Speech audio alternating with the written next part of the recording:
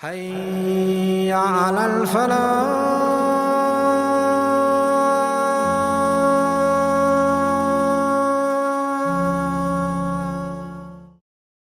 الله من الشيطان الرجيم. بسم الله الرحمن الرحيم.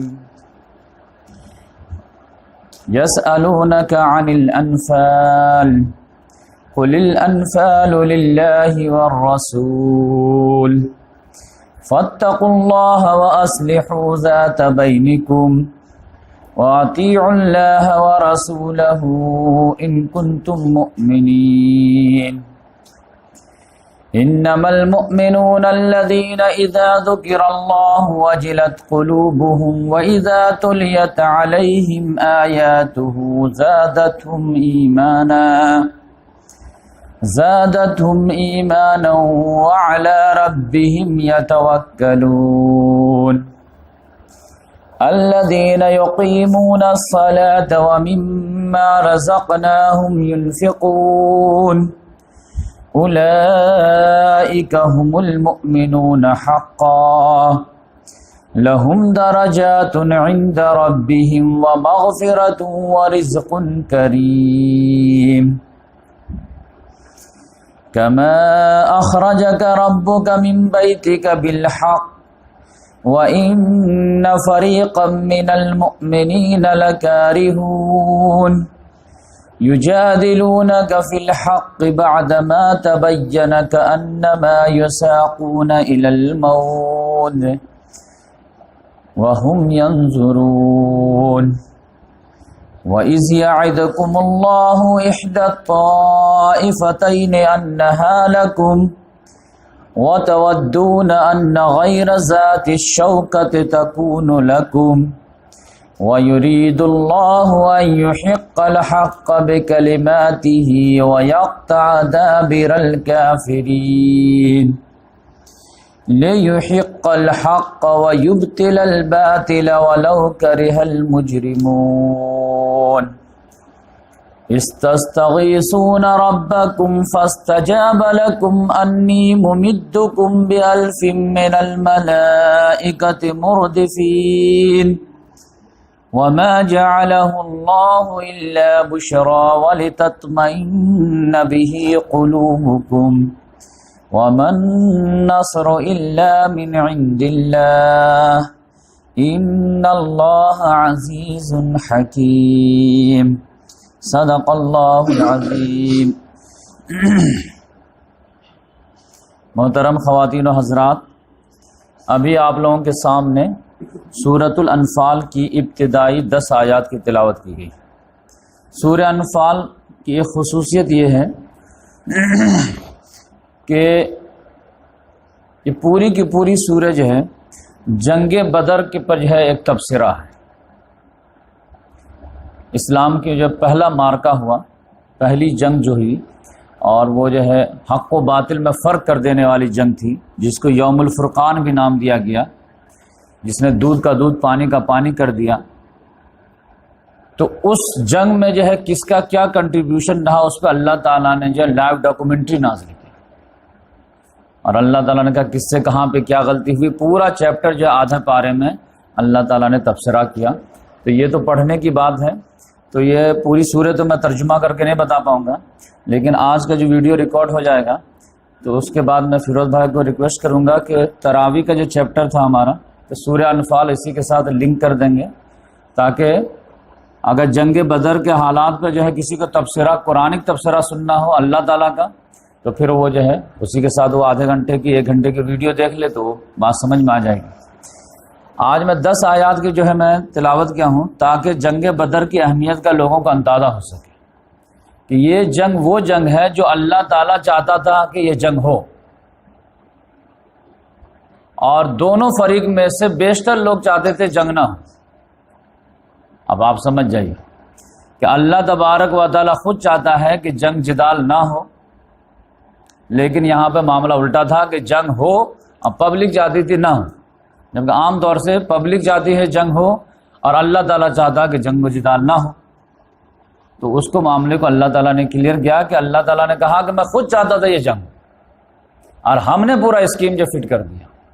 ہم نے کہا کہ جو ہے سارے کا دل جو ہمارے دونگلے کے مانند ہے، تو ہم نے گھما پھرا کر کے سچویشن پیدا کر دیا اور ہم نے لڑنے پہ مجبور کر دیا۔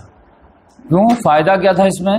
فائدہ یہ تھا کہ یہ ہم کو ثابت کرنا تھا کہ حق کس کے ساتھ ہے، باطل پہ کون ہے، کیونکہ دونوں طرف سے یہ ہے، یہ مطالبہ تھا کہ اس جنگ کو جو جیتے گا سمجھ میں آ جائے گا حق اس کے ساتھ، اور جو ہارے گا تو کلیئر ہو جائے گا کہ باطل پہ ہو۔ تو یہ جب جو ہے مکے والے دعا کرنے لگے، تب اللہ تعالیٰ نے کہا اب میں چاہتا ہوں کہ جنگ ہو۔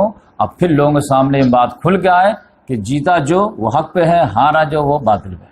کیونکہ یہ ابو جہل جو ہے، یہ میں پچھلے درس پروگرام میں بتایا آپ کو کہ وہاں بھی ایک کنفلکٹ ہے ہاکس میں اور ڈوز میں، اور ہر معاشرے میں رہتا ہے کہ کچھ لوگ جو صلح پسند رہتے ہیں، شریف النفس لوگ ہوتے ہیں، لڑائی جھگڑے کو لائک نہیں کرتے ہیں، اب کچھ لوگ جو لڑنے بھیڑنے کو زیادہ لائک کرتے ہیں۔ تو یہ دونوں جو ہے جو طبقہ تھا اس میں کنفلکٹ، اور جو ہے ہاکس کا جو ہے نمائندہ تھا ابو جہل، ہشام بن عمرو اس کا اصل نام تھا، اب کنیت تھی ابو الحکم، لیکن جو اسلام کی مخالفت میں اس نے جو لمیٹیشن کراس کر دیا، اس کی وجہ سے مسلمانوں نے اور محمد صلی اللہ علیہ وسلم نے اس کو لقب دیا ابو جہل، جاہلوں کا باپ ہے۔ تو اس لحاظ سے وہ جو اس کا نمائندگی کر رہا تھا، وہ کہہ رہا تھا نہیں، جا کر کے مدینہ میں جا کے ایٹ سیٹ بجا دو اور جو ہے معاملہ ہی ختم کر دو۔ لیکن عتبہ بن ربیعہ جو ہے، جو ڈوگس کا جو نمائندہ تھا، وہ جو ہے اور اس کا بہت زیادہ جو ہے پاپولرٹی بھی تھی، اور وہ بھی بہت زیادہ جینیس تھا، بہت خاندانی بیک گراؤنڈ تھا، وہ بار بار دبا دے رہا تھا نہیں اب مصیبت ٹل گئی تو اب جانے دو، اور جو ہے ان کے گھر میں جا کر کے مارو گے تو تم بھی مرو گے، اور اگر ان کو مار بھی دو گے تو تم کا ہاتھ کیا آئے گا، اپنے چچیرے بھائی کو مار کیا ہوگے، تو بہت زیادہ جو ہے جیت ہوگی نہیں۔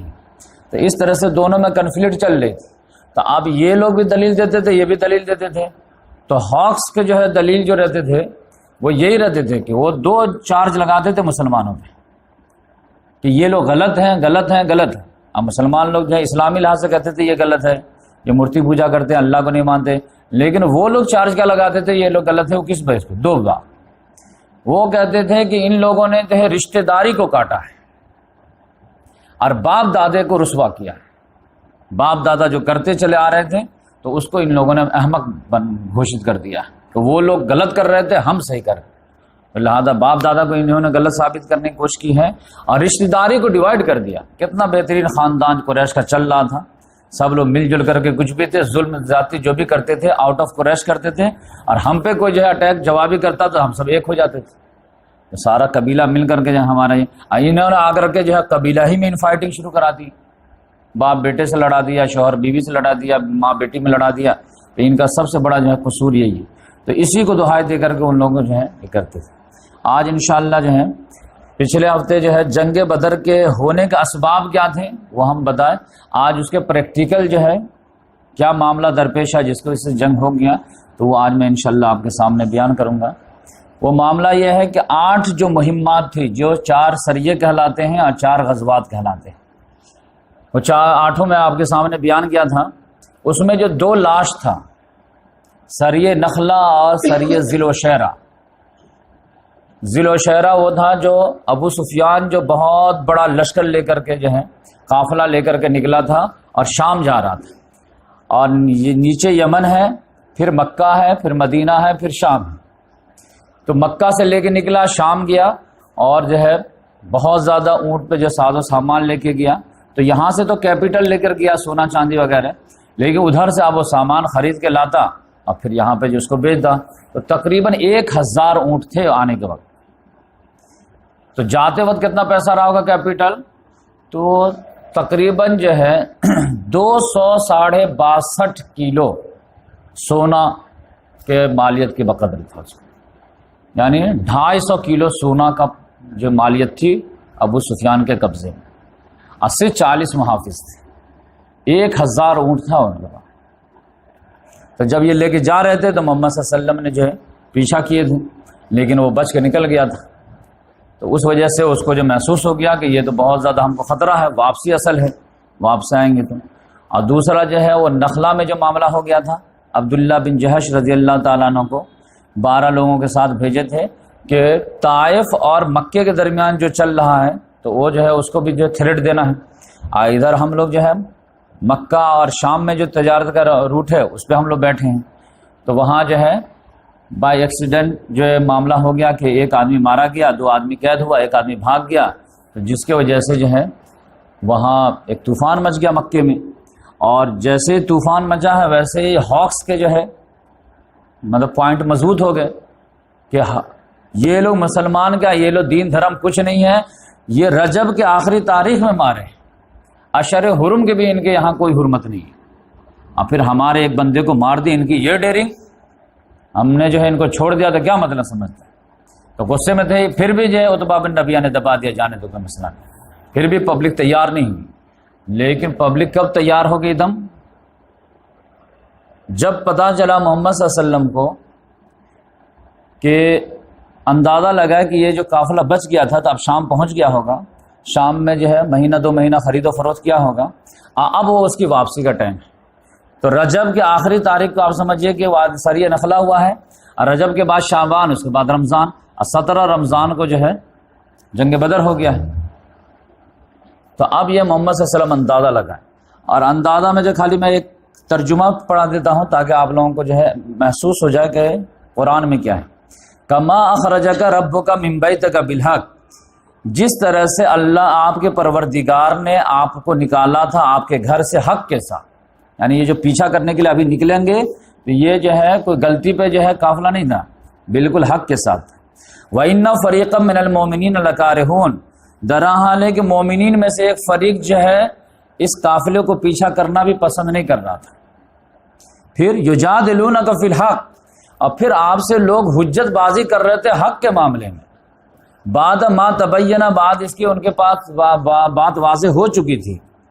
کما کانما یساقون الی الموت، گویا کہ وہ موت کی طرف ہکائے جا رہے ہوں، اب ہم ینظرون، اور اپنی آنکھوں سے موت کو دیکھ رہے ہوں.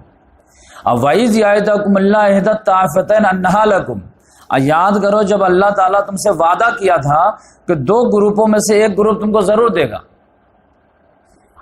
وَتَوَدُّونَ أَنَّ غَيْرَ ذَاتِ الشَّوْكَةِ تَكُونُ لَكُمْ، اور تم چاہتے تھے کہ جو جس میں جو ہے خطرہ کم ہے وہ قافلہ کو ہم جو ہے پیچھا کریں، اور اللہ تعالیٰ چاہتا تھا نہیں جو کیل کاٹے سے لیس لشکر ہے اس کو تم پیچھا کرو. وَيُرِيدُ اللَّهُ أَن يُحِقَّ الْحَقَّ بِكَلِمَاتِهِ، اور اللہ چاہتا تھا کہ حق کا حق ہونا اپنی بات سے ثابت کر دے. وَيَقْطَعَ دَابِرَ الْكَافِرِينَ، کافروں کی جڑ کاٹ دے. لِيُحِقَّ الْحَقَّ وَيُبْطِلَ الْبَاطِلَ، تاکہ حق کا حق ہونا باطل کا باطل ہونا ثابت ہو جائے. وَلَوْ كَرِهَ الْمُجْرِمُونَ، گرچہ مجرموں کو پسند ہو یا نہ. تو یہ آپ دیکھیں اللہ تبارک تعالیٰ خود کہ ہم یہ چاہتے تھے اور تم نہیں چاہتے تھے، اور تم چاہتے بھی تھے تو قافلہ کو چاہتے تھے، اور ہم چاہتے تھے کہ جو ہے لشکر کو.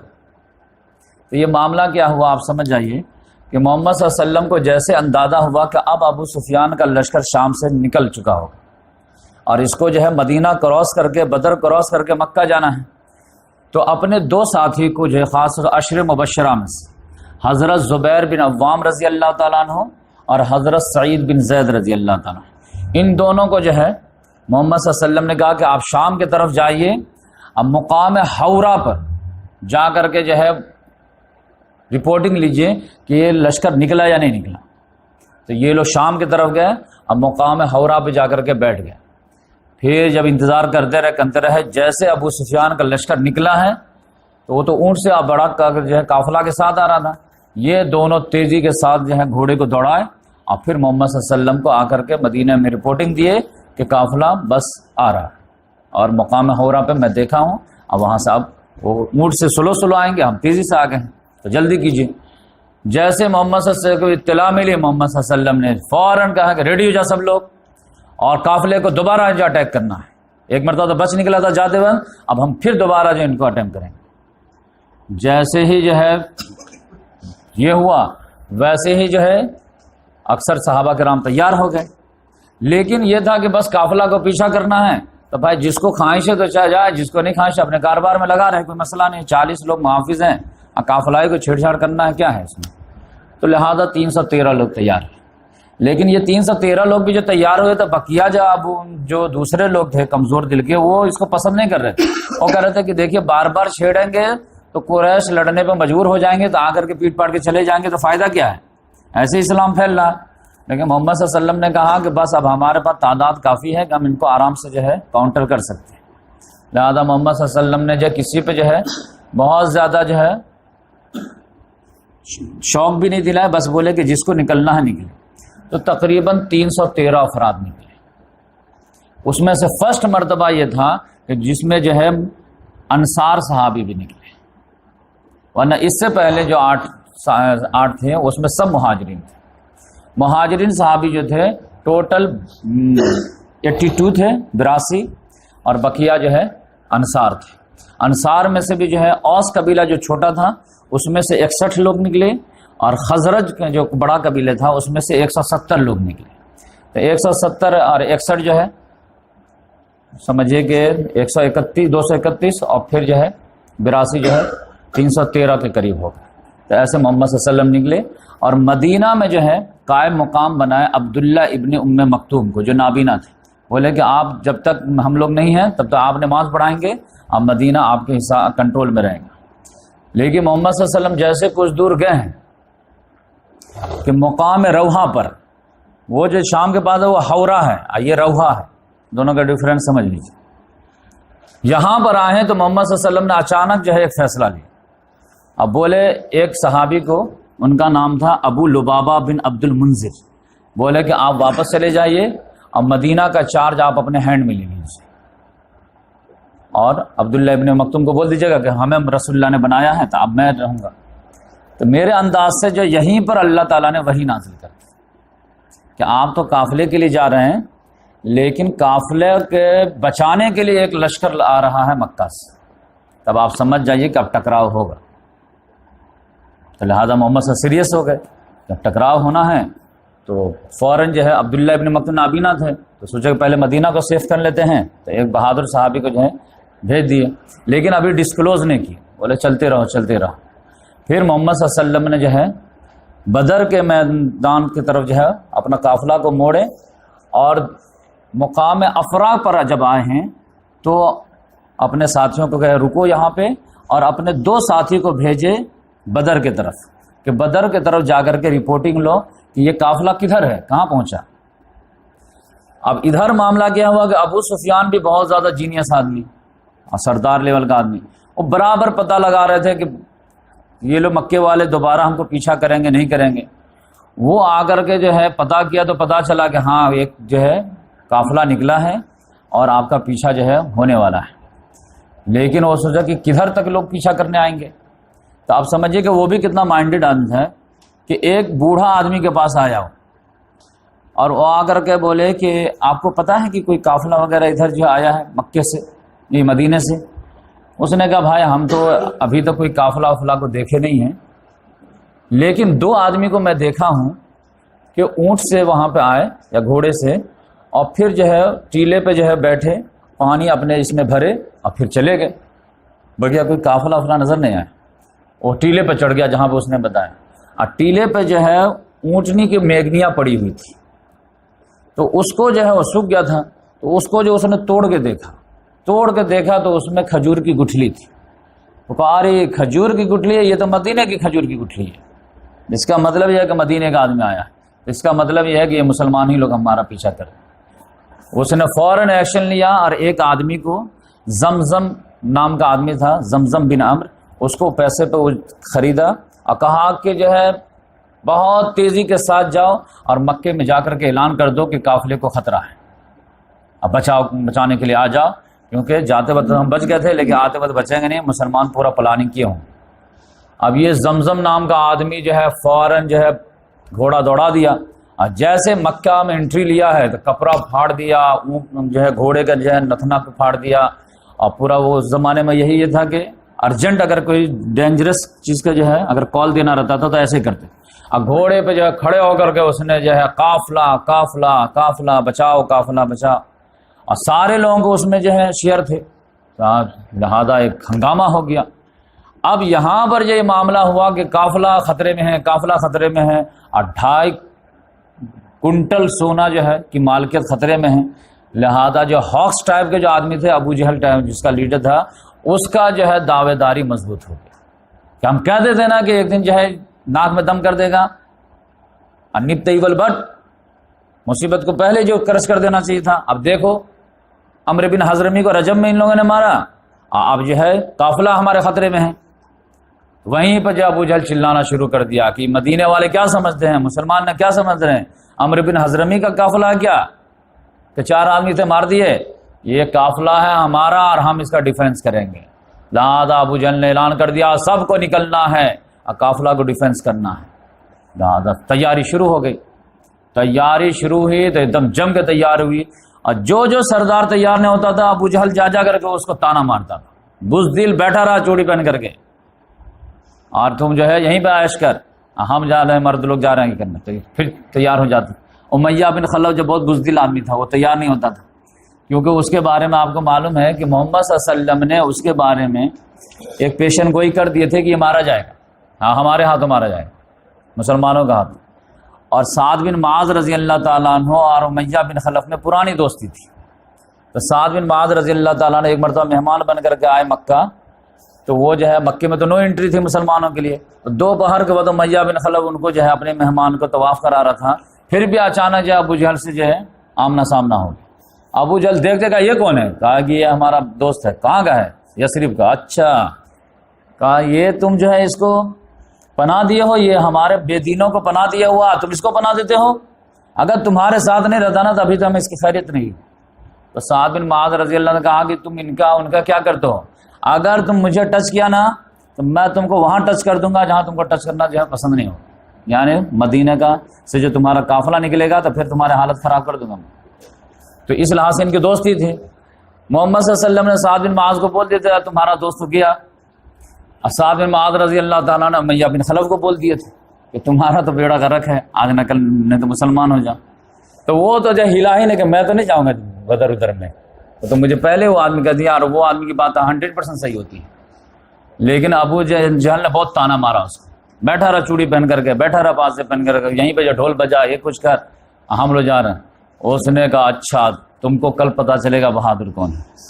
تو اس طرح بیچارہ تیار ہو گیا۔ پھر جیسے تیار ہوا تو اس کی بیوی نے اس کو یاد دلایا، یار تمہارے مدینہ کے جو ہے یثرب کے دوست نے کیا کہا تھا، آپ کو معلوم نہیں کیا؟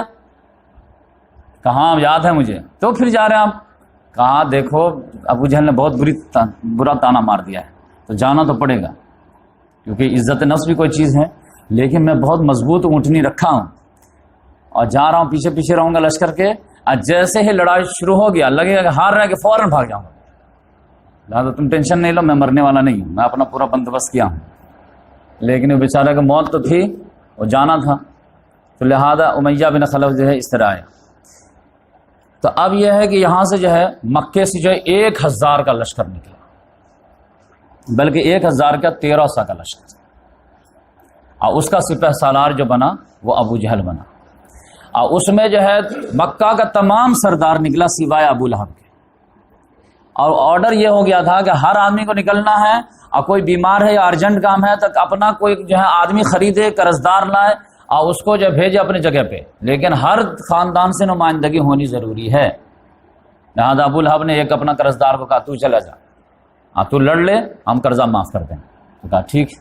تو یہ بزدل نمبر 1 تھا، تو یہ تو نہیں گیا، بقیہ سب کو آنا پڑا۔ خاندان میں سے ایک خاندان نے آیا، وہ بنو عدی کا، اس کا ایک بھی فرد جو ہے اس میں شامل نہیں ہوا، اور یہ حضرت عمر فاروق رضی اللہ تعالیٰ عنہ کا خاندان تھا، اور حضرت عمر فاروق جو تھے وہ اپنے خاندان کے سردار تھے، لہذا سب لوگ ان کے پریشر میں تھے، تو وہ نہیں ہے۔ اور یہ بنو ہاشم میں سے بھی کوئی جانا نہیں چاہ رہا تھا، لیکن ابو جہل نے بہت زور دیا کہ نہیں، معاشرے میں ہم تمہارا بائیکاٹ ایک مرتبہ کیے تھے، پھر کر دیں گے، نہ چلنا پڑے گا، مسلمان ہو تو جا مدینہ، نہیں تو ہمارے ساتھ چلنے آ پڑے، کیونکہ یہ اجتماعی ایکشن ہے، سب لوگوں کا یہ معاملہ ہے۔ لہذا بہت سارے لوگ بنو ہاشم میں سے نہ چاہتے ہوئے تیار ہوئے، اور 1300 لشکر کا جو ہے لشکر جرار تیار ہوا، 100 جو گھوڑے تھے، اور کئی جو 600 زرہیں تھی، اور بہت ساری یہ تھی۔ اب یہ روانہ ہوا تو ادھر جو ہے اللہ تبارک و تعالیٰ نے، میں بتایا آپ کو، جو ہے مقام روحا پر اللہ تعالیٰ نے جو ہے وحی نازل کر دیا کہ ادھر آپ تو قافلہ کے پیچھے چڑھے ہیں، اب شام سے قافلہ چلا ہے، شمال سے قافلہ آ رہا ہے، اور جنوب سے جو ہے لشکر روانہ ہو۔ محمد صلی اللہ علیہ وسلم کو اللہ تعالیٰ نے اطلاع دے دیا کہ آپ 2 قافلہ ہے، اب ٹکراؤ جو ہے ایک تو بالکل جو ہے نرم چارہ ہے اور ایک کڑک چارہ ہے، ایک لوہے کا چنا ہے اور ایک جو ہے نرم بوٹی ہے، اب دیکھ لیجیے۔ اور آپ کو میں ایک جو ہے خوشخبری دیتا ہوں، کیا جس سے آپ مٹبھیر کریں گے اس پہ فتح ہے، جائیے گارنٹی، چوائس از یورس۔ لیکن اگر دولت چاہیے تو قافلہ، اسلامی حکومت چاہیے تو لشکر، کیونکہ سب سے بڑا تو ہیڈل یہ ہے۔ تو اب محمد صلی اللہ علیہ وسلم جو ہے آگے بڑھے تو پھر مقام صفرا پہ جو ہے محمد صلی اللہ علیہ وسلم نے مورال چیک کیا اپنے لیڈروں کا۔ پہلے سب سے پہلے کیا کیے کہ فوجی ایکشن لیے۔ فوجی ایکشن میں کیا کیے کہ فوج کو ڈیوائیڈ کیے۔ پہلے بولے کہ انصار کے جو فوج الگ رہے گی اور مہاجرین کی فوج الگ رہے گی، اور مہاجرین کے کمانڈر بنیں گے علی رضی اللہ تعالیٰ عنہ، اور انصار کے کمانڈر رہیں گے سعد بن معاذ رضی اللہ تعالیٰ عنہ۔ اور پھر صرف 2 ہی گھوڑے تھے مسلمانوں کے پاس، 80-70 اونٹ تھے، تو ایک گھوڑا جو ہے میمنہ کے جو سپہ سالار بن گیا حضرت زبیر بن عوام، اور میسرہ کے جو ہے لیفٹ سائڈ کے جو ہے کیویلری کے جو ہے ہیڈ بن گئے مقداد بن عمرو رضی اللہ عنہ، اور جھنڈا جو سفید جھنڈا علم دیے وہ حضرت مصعب بن عمیر رضی اللہ تعالیٰ عنہ کا۔ اور پھر پورے ہول اور جو ہے پانی پلانے کا جو ہے سمجھے جو ہے غذا کی سپلائی کا جو ہے پورا سسٹم دیے قیس رضی اللہ تعالیٰ عنہ، اور ایز اے ہول محمد صلی اللہ علیہ وسلم نے جو ہے کمانڈر ان چیف خود بنے، بولے کہ ہم خود لیڈ کریں گے اس کو۔ جب ہم نماز خود پڑھاتے ہیں، جمعہ ہم خود پڑھاتے ہیں، عید ہم پڑھاتے ہیں، تو بدر کے میدان میں ہم ہی لیڈ کریں گے۔ تو بولے کہ ٹھیک ہے، تو اس طرح یہ ہو گیا۔ تو سب لوگ سمجھ رہے تھے کہ جو ہے قافلہ کا ہے، قافلہ میں تو 40 ہیں، اس میں کیا خالی مال ہی مال ہے۔ لیکن محمد صلی اللہ علیہ وسلم نے یہاں پر اب مورال چیک کیے کہ کیا حال ہے۔ بولے کہ دیکھو 2 قافلے آ رہے ہیں۔ 2 کہاں؟ ایک شمال سے چلا ہے شام سے، اور ایک جنوب سے چلا ہے مکے سے، عقیل کانٹے سے لیس ہے۔ اب بولو، اور اللہ تعالیٰ نے ہم کو وعدہ کر دیا ہے کہ 2 میں سے ایک جس سے بھیڑیں گے وہ آپ کا۔ مشورہ دو کس سے لڑنا چاہیے؟ تو اب سناٹا چھا گیا، سب لوگ تو جو ہے وہ قافلے کے چکر میں تھے۔ تو حضرت ابو بکر صدیق رضی اللہ تعالیٰ نے بہترین تقریر کیا کہ یا رسول اللہ، آپ کی جو مرضی ہے ہم لوگ سے کیا پوچھتے ہیں، جب کریٹیکل معاملہ ہے تو آپ جو فیصلہ کریں گے وہی ہمارے سر آنکھوں پہ۔ پھر بیٹھ گئے وہ اپنی جو بات کہنی تھی۔ پھر عمر فاروق رضی اللہ تعالیٰ نے کھڑے ہوئے، پھر بولے، وہ بھی بہترین شاندار تقریر کیے کہ محمد صلی اللہ علیہ وسلم کو انکریج کیے کہ یا رسول اللہ آپ ٹینشن نہیں لیجیے، آپ کو جو جدھر دل چاہ رہا ہے ادھر آپ بولیے، ہم کو جانا ہے بس۔ پھر محمد صلی اللہ علیہ وسلم نے کہا نہیں مشورہ دو۔ تو پھر مقداد بن عمر جو گھوڑے پہ تھے وہ کھڑے ہوئے تقریر کے لیے، اور زبردست تقریر کی۔ بولے یا رسول اللہ آپ ہم لوگ سے کیا پوچھتے ہیں، مشورہ جانے دیجئے، یہ ہم لوگوں کو بنی اسرائیل مت سمجھیے۔ جو موسیٰ علیہ السلام کو جب بولے تو موسیٰ علیہ السلام نے کہ فلسطین پہ چڑھائی کرو، تو سب لوگوں نے کورا جواب دے دیا تھا، اذهب انت وربک فقاتل انھا هنا قاعدون۔ دنیا کا سب سے گستاخ ترین جملہ جو ہے بنی اسرائیل نے اپنے رسول کو سنایا تھا۔ تو ہم لوگ ویسے نہیں ہیں کہ ہم کبھی یہ نہیں کہیں گے کہ آپ جائیے اور آپ کا رب جائے لڑنے کے لیے ہم بیٹھے ہوئے ہیں، بلکہ ہم کہیں گے کہ آپ اور آپ کا خدا لڑے، ہم بھی ساتھ ہیں، اور آپ اگر جو ہے جاتے جاتے برگ غماد تک جائیں گے نا تو ہم بھی آپ کے ساتھ چلیں گے۔ یہ نہیں کہیں گے کہ شارٹ اگر جو ہے جرنی ہے تو ہم چلیں گے اور لانگ جرنی ہے تو ہم نہیں رہیں گے۔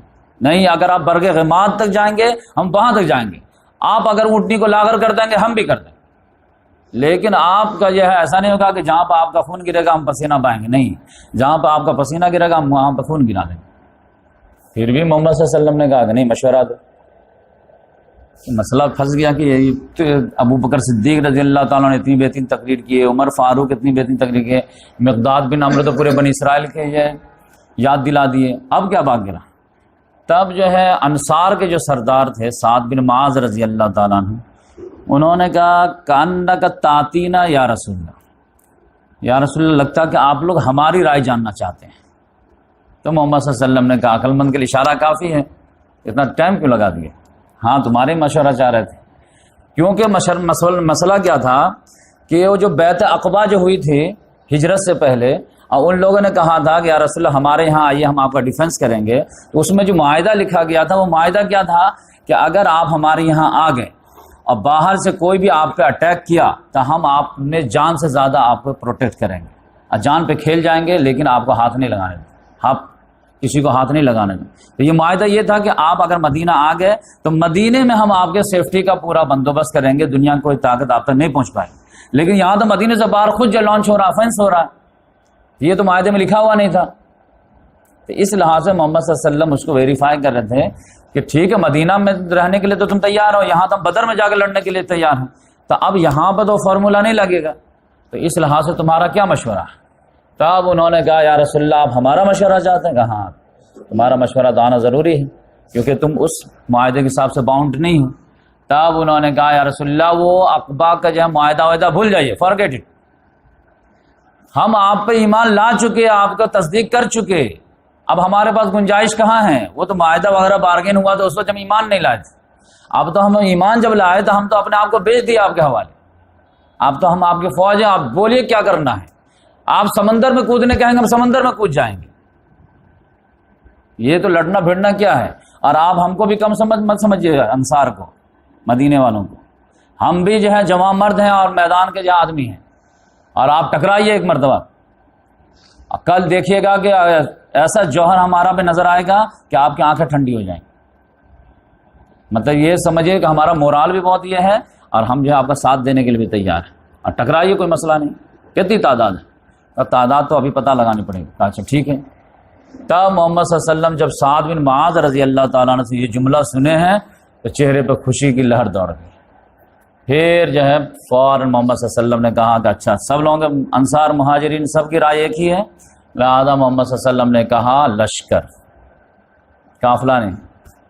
لیکن اکثر جو ہے اس میں جو ہے مشورہ تھا کہ قافلہ قافلہ، قافلے والے کا لاجک بھی تھی، وہ آرگو یہ رکھنا چاہ رہے ہوں گے کہ پہلے جو ہے قافلہ سے بھیڑ جاتے ہیں اور قافلے میں 40 لوگ ہیں تو فوراً جو ان کو ختم کر دیں گے تو اس کا ساز و سامان بھی مل جائے گا، ان کا ہتھیار بھی مل جائے گا، پھر سیکنڈ ٹائم میں جو لشکر سے ٹکرا جائیں گے. لیکن یہاں مسئلہ یہ تھا کہ اللہ کا وعدہ پہلے سے تھا، تو اس لحاظ سے جو ہے وہ ساز و سامان کے مقابلے میں اللہ کا گارنٹی جو زیادہ یہ ہے، اس لحاظ سے کون رسک لے گا؟ تو اس لحاظ سے محمد صلی اللہ علیہ وسلم نے کہا نہیں لشکر، آپ یہاں پہ آگے چلے اور بولے کہ بدر کے طرف آگے بڑھو. بدر کی طرف آگے بڑھے ہیں تو ایک جگہ بدر کے پہلے ہی جو ہے پڑاؤ ڈالیں. پھر محمد صلی اللہ علیہ وسلم نے کہا رکو ہم پتہ کر کے آتے ہیں، جاسوسی نظام. تو محمد صلی اللہ علیہ وسلم نے جو ہے خود ابو بکر صدیق رضی اللہ تعالیٰ عنہ کو ساتھ لیے اور بولے چلو گھوڑے سے. گئے ہیں تو وہاں پر جو ہے بدر کے ٹیلے پہ ایک بوڑھا آدمی تھا. اس سے پوچھے کہ چچا یہاں پہ کوئی قافلہ وافلہ آیا کیا؟ کہا تم لوگ کون ہو؟ کہا بتائیے پہلے میرا سوال کا جواب دیجیے. کہا نہیں پہلے تم بتاؤ کون ہو. محمد صلی اللہ علیہ وسلم نے کہا نہیں آپ پہلے بتائیں گے تو ہم بھی بتائیں گے، نہیں بتائیں گے تو ہم بھی نہیں بتائیں گے. اچھا بتاؤ گے تم؟ کہاں؟ تو اس بوڑھے نے کہا کہ دیکھو مجھے جو اطلاع دینے والے نے جو اگر اطلاع دی ہے اگر وہ صحیح ہے تو مکے کا لشکر فلاں دن چلا ہے وہاں سے، اور اگر وہ اطلاع دینے والا صحیح ہے تو میرے حساب سے آج وہاں پہ مقام پہ ہوگا اور بدر اس روز پہنچے گا. اور مجھے اطلاع دینے والے نے یہ بھی اطلاع دی ہے کہ مدینے سے ایک لشکر چلا ہے، اور اگر وہ اس نے صحیح اطلاع دی ہے تو پھر میرے حساب سے اس کا لشکر یہاں پہ ہوگا فلاں جگہ پہ اور وہ بدر اس روز پہنچے گا. اور ایگزیکٹ وہی بات ہوئی. اتنا زیادہ جینیس تھا، اولڈ از گولڈ. تب کہا کہ اچھا تم بتاؤ تم کہاں سے ہو؟ تو محمد صلی اللہ علیہ وسلم نے کہا کہ میں پانی سے ہوں. چل دیے. کہا کیا مطلب پانی سے؟ کہاں کے پانی سے؟ عراق کے پانی سے؟ کہاں کے پانی سے؟ کہا اب سی یو اگین، بعد میں دیکھا جائے گا. تو یہ الحرب و خدا، جنگ جو ہے دھوکے کا نام ہے، لہذا ہر چیز ڈسکلوز نہیں کر سکتے. محمد صلی اللہ علیہ وسلم آ گئے. پھر اس کے بعد جو ہے محمد صلی اللہ علیہ وسلم نے کہا کہ بدر کو جو ہے یہ کریں گے، سینٹر بنائیں گے اور وہیں پہ جنگ ہوگی. لہذا جو ہے محمد صلی اللہ علیہ وسلم نے ایک جگہ جو ہے شام کے وقت جو ہے پڑاؤ ڈالے. لیکن ایک صحابی تھے ان کا نام تھا حباب بن منذر رضی اللہ عنہ. یہاں پہ آپ کو مشورے کی اہمیت نظر آئے گی. انہوں نے کہا یا رسول اللہ یہاں پہ جو آپ پڑاؤ ڈالے ہیں تو ابھی کے بدر میں جو کئی چشمے تھے پانی کے، تو آگے بھی چشمہ تھا ادھر بھی. بولے یا رسول اللہ یہاں پہ جو آپ پڑاؤ ڈالے ہیں یہ اللہ کے حکم سے ڈالے ہیں یا آپ کے اپنی حکمت عملی ہیں؟ آپ نے جو ہے جو فوجی مہم ہے اس کے پوائنٹ آف ویو سے یہاں پہ یہ جگہ سلیکٹ کیے ہیں، یہ اللہ کا آرڈر ہے، اللہ کا آرڈر ہے، تب تو کوئی چوچرا نہیں ہے، وہ تو کرنا ہی کرنا ہے. لیکن آپ کا اپنا جب بیسٹ ججمنٹ ہے تو پھر میں کچھ مشورہ دینا چاہتا ہوں. تو محمد صلی اللہ علیہ وسلم نے کہا یہ اللہ کا آرڈر نہیں ہے، یہ میرا اپنا جو ہے بیسٹ ججمنٹ ہے.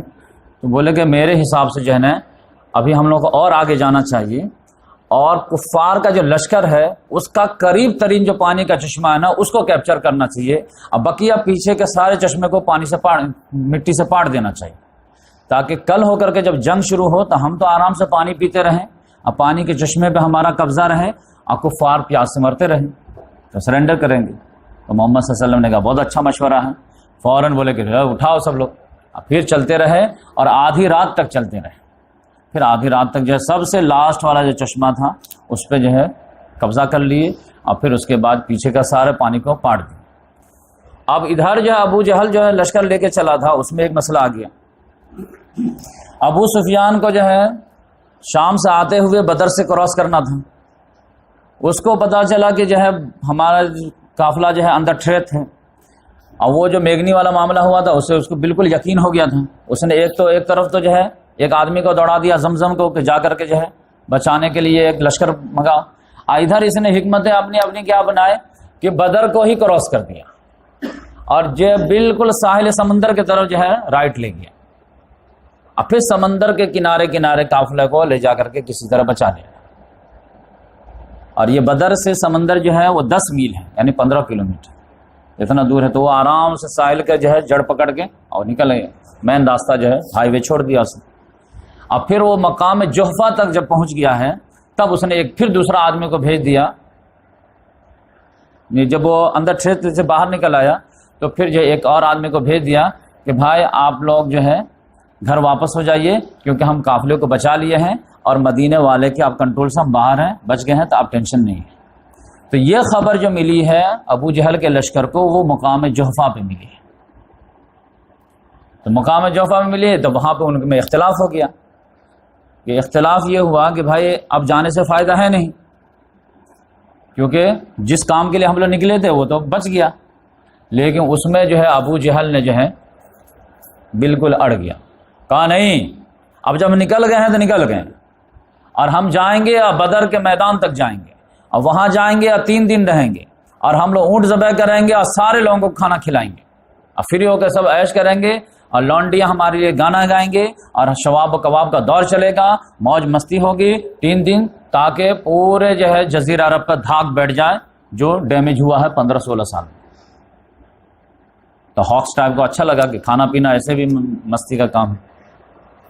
لیکن اخنس بن شریق نام کا ایک آدمی تھا، اس نے کہا بھائی نہیں، یہ خواہ مخواہ جو ہے لڑنے بھڑنے سے کوئی فائدہ نہیں ہے، جس پرپس سے ہم نکلے تھے وہ پرپس ہمارا فلفل ہو گیا، تو اب جو ہے ہم خواہ مخواہ جو اپنے آپ کو خطرے میں نہیں ڈالیں گے، بہت سارے کام ہیں دنیا میں، یہ عیش مستی گھر پہ کر لیں گے. لیکن ابو جہل نے نہیں مانا. تو وہ جو تھے وہ بنو زہرا کے حلیف تھے. اب بنو زہرا کا حلیف اور ان کا خاندان مل کر کے ایک جو ہے فوج کا جو ہے گروپ بنا ہوا تھا، اس کے سردار اخنس بن شریق تھے. انہوں نے کہا اگر تم جو ہے ڈینجر میں جو ہے چانس لیتے ہو تو تم جا، ہم لوگ نہیں جائیں گے. لہذا وہ بنو زہرا کو لے کر کے واپس آ گئے کہ ہم نہیں جانا چاہتے، تم کو جانا ہے تو چلو، لڑائی بھڑا خواہ مخواہ تم کو کرنا تو کرو، ہم جو ہے خواہ مخواہ کی لڑائی نہیں کریں گے. سیریس میٹر تھا، ہم آئے، لیکن اب جو ہے خواہ مخواہ ہم نہیں جائیں گے. تو 300 لوگوں کو لے کر کے یہ واپس ہو گئے. بنو ہاشم بھی واپس ہونے چاہے لیکن ہونے نہیں دیا، ابو جہل نے بہت زیادہ پریشر ڈال دیا. تو اس وجہ سے اخنس بن شریق کو جو ہے یہ بنو زہرا والے زندگی بھر جو ہے شکر گزار ہوئے، کیونکہ اب جب بدر میں گئے ہیں سب مارے گئے ہیں، تو یہ لوگ ان کو جو کہتے تھے ہاں ایسا لیڈر ہونا چاہیے جو بچا دیا ہم لوگ. تو اب یہاں سے معاملہ چلا. اب ابو جہل جو ہے جاتا رہا اور ٹھیک جو ہے بدر کے جو ہے جب وادی نظر آئی ہے تو وہ ٹیلا کے اس سائڈ جو ہے پہلے پڑاؤ کیا ہے، اور پھر وہیں سے جو ہے معاملہ جو ہے وہ اپنے ہاتھ میں لینے لگا. پھر اس نے جو ہے اپنا ایک آدمی کو بھیجا، اس کا نام تھا عمیر بن وہب. اس کو کہا کہ تم پتہ لگا کر کے آؤ، جاسوسی کر کے کہ مسلمان کتنی تعداد میں، ہم تو 1000 ہیں، مسلمان کتنی تعداد میں. وہ جب پورا جو ہے گھوڑا اوڑا چکر لگایا، پورا جو رپورٹنگ لیا، تو اس نے کہا کہ بھائی 300 کے قریب لگ رہے ہیں مجھے. کہ اس لوگوں کی ہمت آ گئی کہ 3 ہی سو ہے بس، ہم تو 1000 ہیں. لیکن اس نے کہا کہ رک جاؤ بھائی، ایک مرتبہ اور ہم کو جو ہے کہیں جو ہے لوگ کا گروپ چھپا ہوا تو نہیں ہے. تو پھر اس نے چکر وکر خوب لگایا. خوب چکر لگانے کے بعد کہیں قافلہ ان کو دکھتا نہیں تھا، کہیں فوج دکھتی نہیں تھی، گھوڑا 2 وہ بھی دکھ نہیں رہا تھا، اونٹ 70 وہ بھی دکھ اتنا کوئی جو ہے 1000 کے مقابلے میں کچھ ہے نہیں. تو یہ بار بار کھوجتا رہتا تھا پہاڑ میں ادھر ادھر کہ مسلمان کہیں ٹروپس کو چھپا کے تو نہیں رکھا ہے. تو پھر آیا دوبارہ، کہا کہ بھائی 300 سے زیادہ تو نہیں ہے، لیکن یہ 300 جو نظر آ رہے ہیں وہ ایسا لگ رہا ہے کہ اونٹ پر جو ہے موت کو لادے ہوئے ہیں، خطرات ہمیں بہت دکھ رہے ہیں. ایک بھی بندہ ایسا نہیں دکھ رہا کہ سمپلی جو ہے مر جائے گا، وہ مارے بغیر نہیں مرے گا. تو کم سے کم 300 تو 300 کو مار کے ہی مرے گا. آپ سمجھ جاؤ. تو میرا مشورہ یہ ہے کہ خطرہ یہ مدمچھی کے چھتے میں ہاتھ مت ڈال. تو ابو جہل نے کہا نہیں. ادھر جو ہے محمد صلی اللہ علیہ وسلم جو ہے اپنی پلاننگ کر رہے تھے کہ 3 صحابی کو بھیجے، حضرت علی رضی اللہ تعالیٰ عنہ کو، زبیر بن عوام رضی اللہ تعالیٰ عنہ کو، اور سعد بن ابی وقاص، کہ جا کر کے تھوڑا سا جو ہے دشمن کا بھی مورال کو چیک کر کے آؤ کیا ہے. تو وہ جو ہے پانی کے چشمے پہ گئے تو 2 غلام جو پانی بھر رہا تھا تو کوئی نہیں ملا، تو 2 غلام ہی کو پکڑ کے لے کے آ گیا. اب پکڑ کے لے کر کے آ گئے. اب محمد صلی اللہ علیہ وسلم ابھی نماز پڑھ رہے تھے، رات کا تہجد پڑھ رہے ہوں گے. اب یہ ہے کہ محمد صلی اللہ علیہ وسلم کی نماز لمبی ہوتی تھی. اب ادھر جو 2 غلام ملا تو سب لپڑ تھپڑ دینا شروع کر دیے. بول کون ہو تم؟ تو بولا کہ میں جو ہے قافلے کا ہوں، یہ لشکر کا آدمی ہوں. ہو کون؟ تو میں غلام ہوں. کس لیے آئے تھے؟ جاسوسی کرنے کے لیے؟ نہیں، جاسوسی ہم لوگ کیا بڑے آدمی لوگ کرتے ہیں، ہم لوگوں کو پانی پلانے کی ڈیوٹی ہے، پانی بھر رہے تھے. نہیں، صحیح بتاؤ. کیا صحیح سے بتا رہے ہیں کہ ہم لوگ لشکر کے ہیں، ابو جہل ہمارا لیڈر. نہیں، تو قافلے کا آدمی ہے. کیا نہیں بھائی ہم جو ہے لشکر کے. ایک تھپڑ بھی مارا، صحیح بتا. پھر بولا بھائی میں لشکر کا آدمی ہوں، میں کیا بولوں. پھر دوسرا آتا، 2 تھپڑ مارتا. نہیں قافلہ. کہا بھائی قافلے کا نہیں، ہم قافلہ نہیں جانتے، ہم لشکر کے. پھر جب بہت زیادہ لوگ مارنے پیٹنے لگے تب اس نے کہا ہاں میں قافلے کا ہوں. بس خوش؟ کہاں خوش. اب آدمی جائے ٹارچر روم میں کیا کرے گا بھائی. تو جو صحیح بتا رہا ہوں مان نہیں رہے، غلط بتا رہا تھا. تو اب یہاں پہ جا رحیق المختوم میں صفی الرحمان مبارک پوری صاحب نے بھی لکھا ہے کہ وہ دل میں ابھی بھی قافلہ کی محبت جا نہیں رہی. 2.5 کنٹل سونا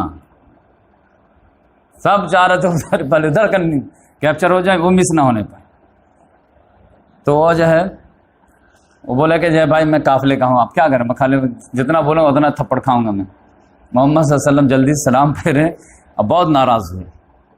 اب بولے تم لوگ کی حالت عجیب معاملہ ہے. جب بیچارہ وہ صحیح بولتا ہے تو تماچا مارتے ہو، جب جھوٹ بولا تو چھوڑ دی، مان گئے. یہ لشکر ہی کا آدمی ہے. کہ چھوڑو ادھر آؤ. سوری تم کو مارا میرے ساتھی نے. بولا تم کہاں ہیں؟ لشکر کے ہو کیا؟ ہاں. اچھا تو کتنے لوگ آئے؟ تو بولا کہ مجھے نہیں معلوم، ہم لوگ تو نوکر ٹائپ کا آدمی ہے، خالی کھانا وانا بناتے رہتے ہیں، قافلہ بہت بڑا ہے. تو محمد صلی اللہ علیہ وسلم نے بولا اچھا جو ہے یہ روزانہ کتنا اونٹ ذبح ہوتا ہے؟ تو بولا کسی روز 9، کسی روز 10.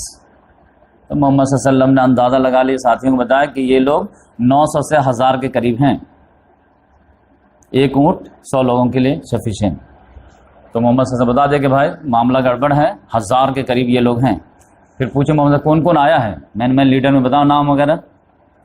تو بتا کہ ابو جہل، امیہ بن خلف، نضر بن حارث، عتبہ بن ربیہ، شیبہ بن ربیہ، ولید بن عتبہ، یہ سارے ڈینجر لوگوں کے نام بتا دیے، باہوبلی کے. بچے ہنستے. تو جو ہے محمد صلی اللہ علیہ وسلم بولے، ایسا جملہ بولے کہ سب لوگ کان کھڑے ہو گئے. بولے کہ مکے والوں نے جو ہے اپنا جگر کا ٹکڑا تمہارے سامنے لا کے رکھ دی، سارا کریم آ گیا ہے، بس یہ جنگ فنش، مکہ فنش.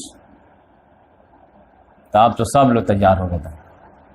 اب جو ہے محمد صلی اللہ علیہ وسلم نے کہا، سعد بن معاذ رضی اللہ تعالیٰ نے مشورہ دیا کہ یا رسول اللہ ایسا ہے کہ بڑا ڈینجر معاملہ ہے، اور ہم لوگ جو ہے پوری تیاری کے ساتھ نہیں نکلے. ہم لوگ تو صرف قافلہ کو تھریٹ کے لیے نکلے تھے، اور 40 لوگ تھے، اس لحاظ سے 3 سے 13 تو بہت ہو گئے تھے. تو آپ کے چاہنے والے ابھی بھی مدینے میں بہت زیادہ ہیں، کچھ بھی ہو سکتا ہے کل. تو ایسا کرتے ہیں کہ ایک ٹیلے کے اوپر آپ کا جو ہے وار سینٹر بنا دیتے ہیں. آپ ہمارے کمانڈر آپ ہی رہیں گے، لیکن وار سینٹر وہاں پہ رہے گا، ہم لوگ نیچے وادی میں لڑیں گے. اگر جو ہے جو ہم لوگ چاہتے ہیں وہی ہوا تو بہت اچھی بات ہے، لیکن خدا نہ خواستہ گیم پلٹ گیا اگر، تو پھر آپ کے پاس سواری وغیرہ ہم موجود رکھیں گے، آپ آرام سے جو ہے سیدھے جو ہے مدینہ نکل جائیں گے، کیونکہ وہاں پر آپ پہ جان نثار کرنے والے ابھی مجاہد تیار ہیں، دوبارہ آپ ری آرگنائز ہو کر کے پھر اٹیک کریں گے. تو محمد صلی اللہ علیہ وسلم کو یہ مشورہ اچھا لگا، تو اوپر ایک ٹیلا بنا دیا گیا، اور سعد بن معاذ رضی اللہ عنہ کہا کہ میں خود حفاظت کروں گا. تو وہ حفاظت کا ایک انصار کا دستہ لے کر کے پہنچ گئے. اب رات جو ہے جمعہ کی رات تھی 17 رمضان، اور سب لوگ روزہ رکھ کے نکلے تھے، 8 رمضان میں نکلے تھے. آپ سمجھئے اسی رمضان میں روزہ فرض ہوا، اسی میں پہلے جا 8 روزہ رکھ دیا تو ٹریننگ ہو گئی، تب میدان میں اس کا کام ہونا چاہیے. صائم مانے کیا ہوتا ہے؟ صائم مانے ایسا گھوڑا جس کو روزہ رکھایا گیا. پہلے زمانے میں کیا بولتے تھے کہ گھوڑے وغیرہ کو کیا کرتے تھے نا، گھوڑے سے اٹیک کرتے تھے قافلے وغیرہ پہ. اور گھوڑے کے اندر جو پھرتی بہت ہوتی ہے لیکن کیپیسٹی کم رہتی ہے، بہت جلدی جو ہے اس کو برداشت نہیں کر پاتے. تو وہ عرب کے لوگ جو ہے نا کڑی دھوپ میں، دھوپ اور جھکڑ میں جو ہے نا گھوڑے کو جو ہے کھڑا کر دیتے تھے. اور لو چل رہی ہے، دھوپ ہے، یہ ہے، یہ لوگ اپنا جو ہے منہ کو جو ہے کپڑا وپڑا سے چھپا لیتے تھے، اور گھوڑے کو ایک دم دھوپ دھکڑ میں جو لگا کر رکھ دیتے تھے تاکہ اس کے اندر ڈیفنس کی قوت بڑھ جائے. تو اب اس کو مسلسل جو ہے مہینہ 2 مہینہ جب گھوڑے کو ٹریننگ دیتے تھے اور یہ پھر جو ہے برداشت کر لیتا تھا، تب ایسے گھوڑے کو نام دیتے تھے صائم. یہ گھوڑا صائم ہے جو اب لوٹ مار میں کام آئے گا، کیونکہ لوٹ مار میں کیا ہے، راتا راتے اٹیک کرنا، راتا راتے اپنے ایریا میں واپس بھی آنا ہے. تب گھوڑے کے اندر اتنا تو دوڑنے کی کیپیسٹی ہونی چاہیے، 10 میل دوڑ سکے، 10 میل سے واپس آ سکے. تو ایسے گھوڑے کو صائم بولتے. محمد اللہ تعالیٰ نے کہا سارا مسلمان صائم ہو، اس لیے کھانا پینا کا برداشت کرنے کی کیپیسٹی ہو، کیونکہ جنگ میں جو ایک کھجور پہ 2 دن نکالنے پڑ جاتے ہیں، مسلسل تو 10 کلومیٹر دوڑنا پڑ جاتا ہے، تو کنٹرول نہیں رہے گا، بنا پیاس کے دوڑ کیسے جائے گا. لیکن 8 ہی رمضان گزرا تھا کہ اللہ تعالیٰ نے کہا میدان. لیکن محمد صلی اللہ علیہ وسلم پھر سب کا روزہ توڑوائے، بولے کہ نہیں اب جو ہے جنگ کا میدان ہے تو اب روزہ توڑ دو. اب سمجھیے کہ بڑی عبادت کے لیے چھوٹی عبادت کو قربان کرنا پڑا. ہر چیز اپنے وقت پہ جو ہے بڑی ہو جاتی. اب جنگ کا میدان سے ہم نے سچ کیا تھا 17 رمضان المبارک جمعہ کا دن محمد صلی اللہ علیہ وسلم نے شام میں سارا ایڈوائز وغیرہ دیے. اب صحابہ کرام کو بولے کہ دیکھو تیر انداز سب بالکل لائن لگا رہیں گے، پھر اس کے پیچھے جو ہے جو نیزہ والے ہیں وہ سب رہیں گے، اور اس کے بعد کوئی بھی آدمی جو ہے ایک بھی تیر جو ہے فالتو میں ویسٹ نہیں کرے. عام طور سے ہوتا ہے جوش میں مار، ادھر مار رہے ہیں ادھر مار رہے ہیں، کوئی دکھ نہیں رہا، اپنا تیور دکھا رہے ہیں، اور مین جنگ میں جو ہے تیر ختم. تو کوئی بھی آدمی ایک بھی تیر ویسٹ نہیں کرے گا، اور پھر جو ہے کوئی بھی جو ہے آفینس کا بھی جو ہے آغاز نہیں کرے گا. دور سے یہاں پہ تو ہمارے فوج کھڑی رہے گی، ادھر کی ادھر فوج کھڑی رہے گی، اور اس کو اٹیک کرنے دینا، اور تم لوگ شروعات میں صرف ڈیفینس کرنا. تو پہلے نمبر پہ جیسے وہ دوڑ کے آئیں گے تم دوڑنا مت. اس سے فائدہ کیا ہوگا کہ اس کے سانس پھولیں گے، تمہارے آپ ہی فریش ہو تم، ورنہ آدھا تم بھی دوڑو گے، آدھا وہ بھی دوڑیں گے، جوش میں تو ہو جاتا ہے. لہذا جب تمہارے بھی سانس پھولے رہیں گے تو پھر معاملہ نہیں ہوگا. تو تم میں سے کوئی نہیں دوڑے گا، کیونکہ وہ ایج حاصل ہے ان کو، جو 1000 ہے تم 300 دوڑے ہو، تو وہ تو آرام سے دوڑ کے آئیں گے. دوڑتے ہوئے آئیں گے، تم آرام سے شانتی سے رہنا تاکہ اور دوڑ کے آئیں. لیکن جب بالکل اب ریچ کے ڈسٹینس تک پہنچ جائیں گے تب جا کر کے تیر انداز لوگ تیر چلائیں گے. اور وہ بھی جب کمانڈر ادھر سے جو ہے جس کو میں کمانڈر بنایا ہوں، مہاجر کے جو ہے علی رضی اللہ تعالیٰ عنہ، ادھر سے ہے سعد بن معاذ ہیں، تو یہ جب آرڈر دیں گے تبھی تیر چلے گی، ورنہ ایک بھی تیر جو ہے فالتو نہیں چلے گی. اور پھر جب تیر سے جو ہے کئی لوگ جو زخمی ہو کر کے گریں گے، پھر بھی جو ہے 1000 کا لشکر ہے پھر بھی کراس کر کے آ جائیں گے، تب پھر نیزہ والے کو جب آرڈر ملے گا تب پھر نیزہ لے کر کے دوڑیں گے.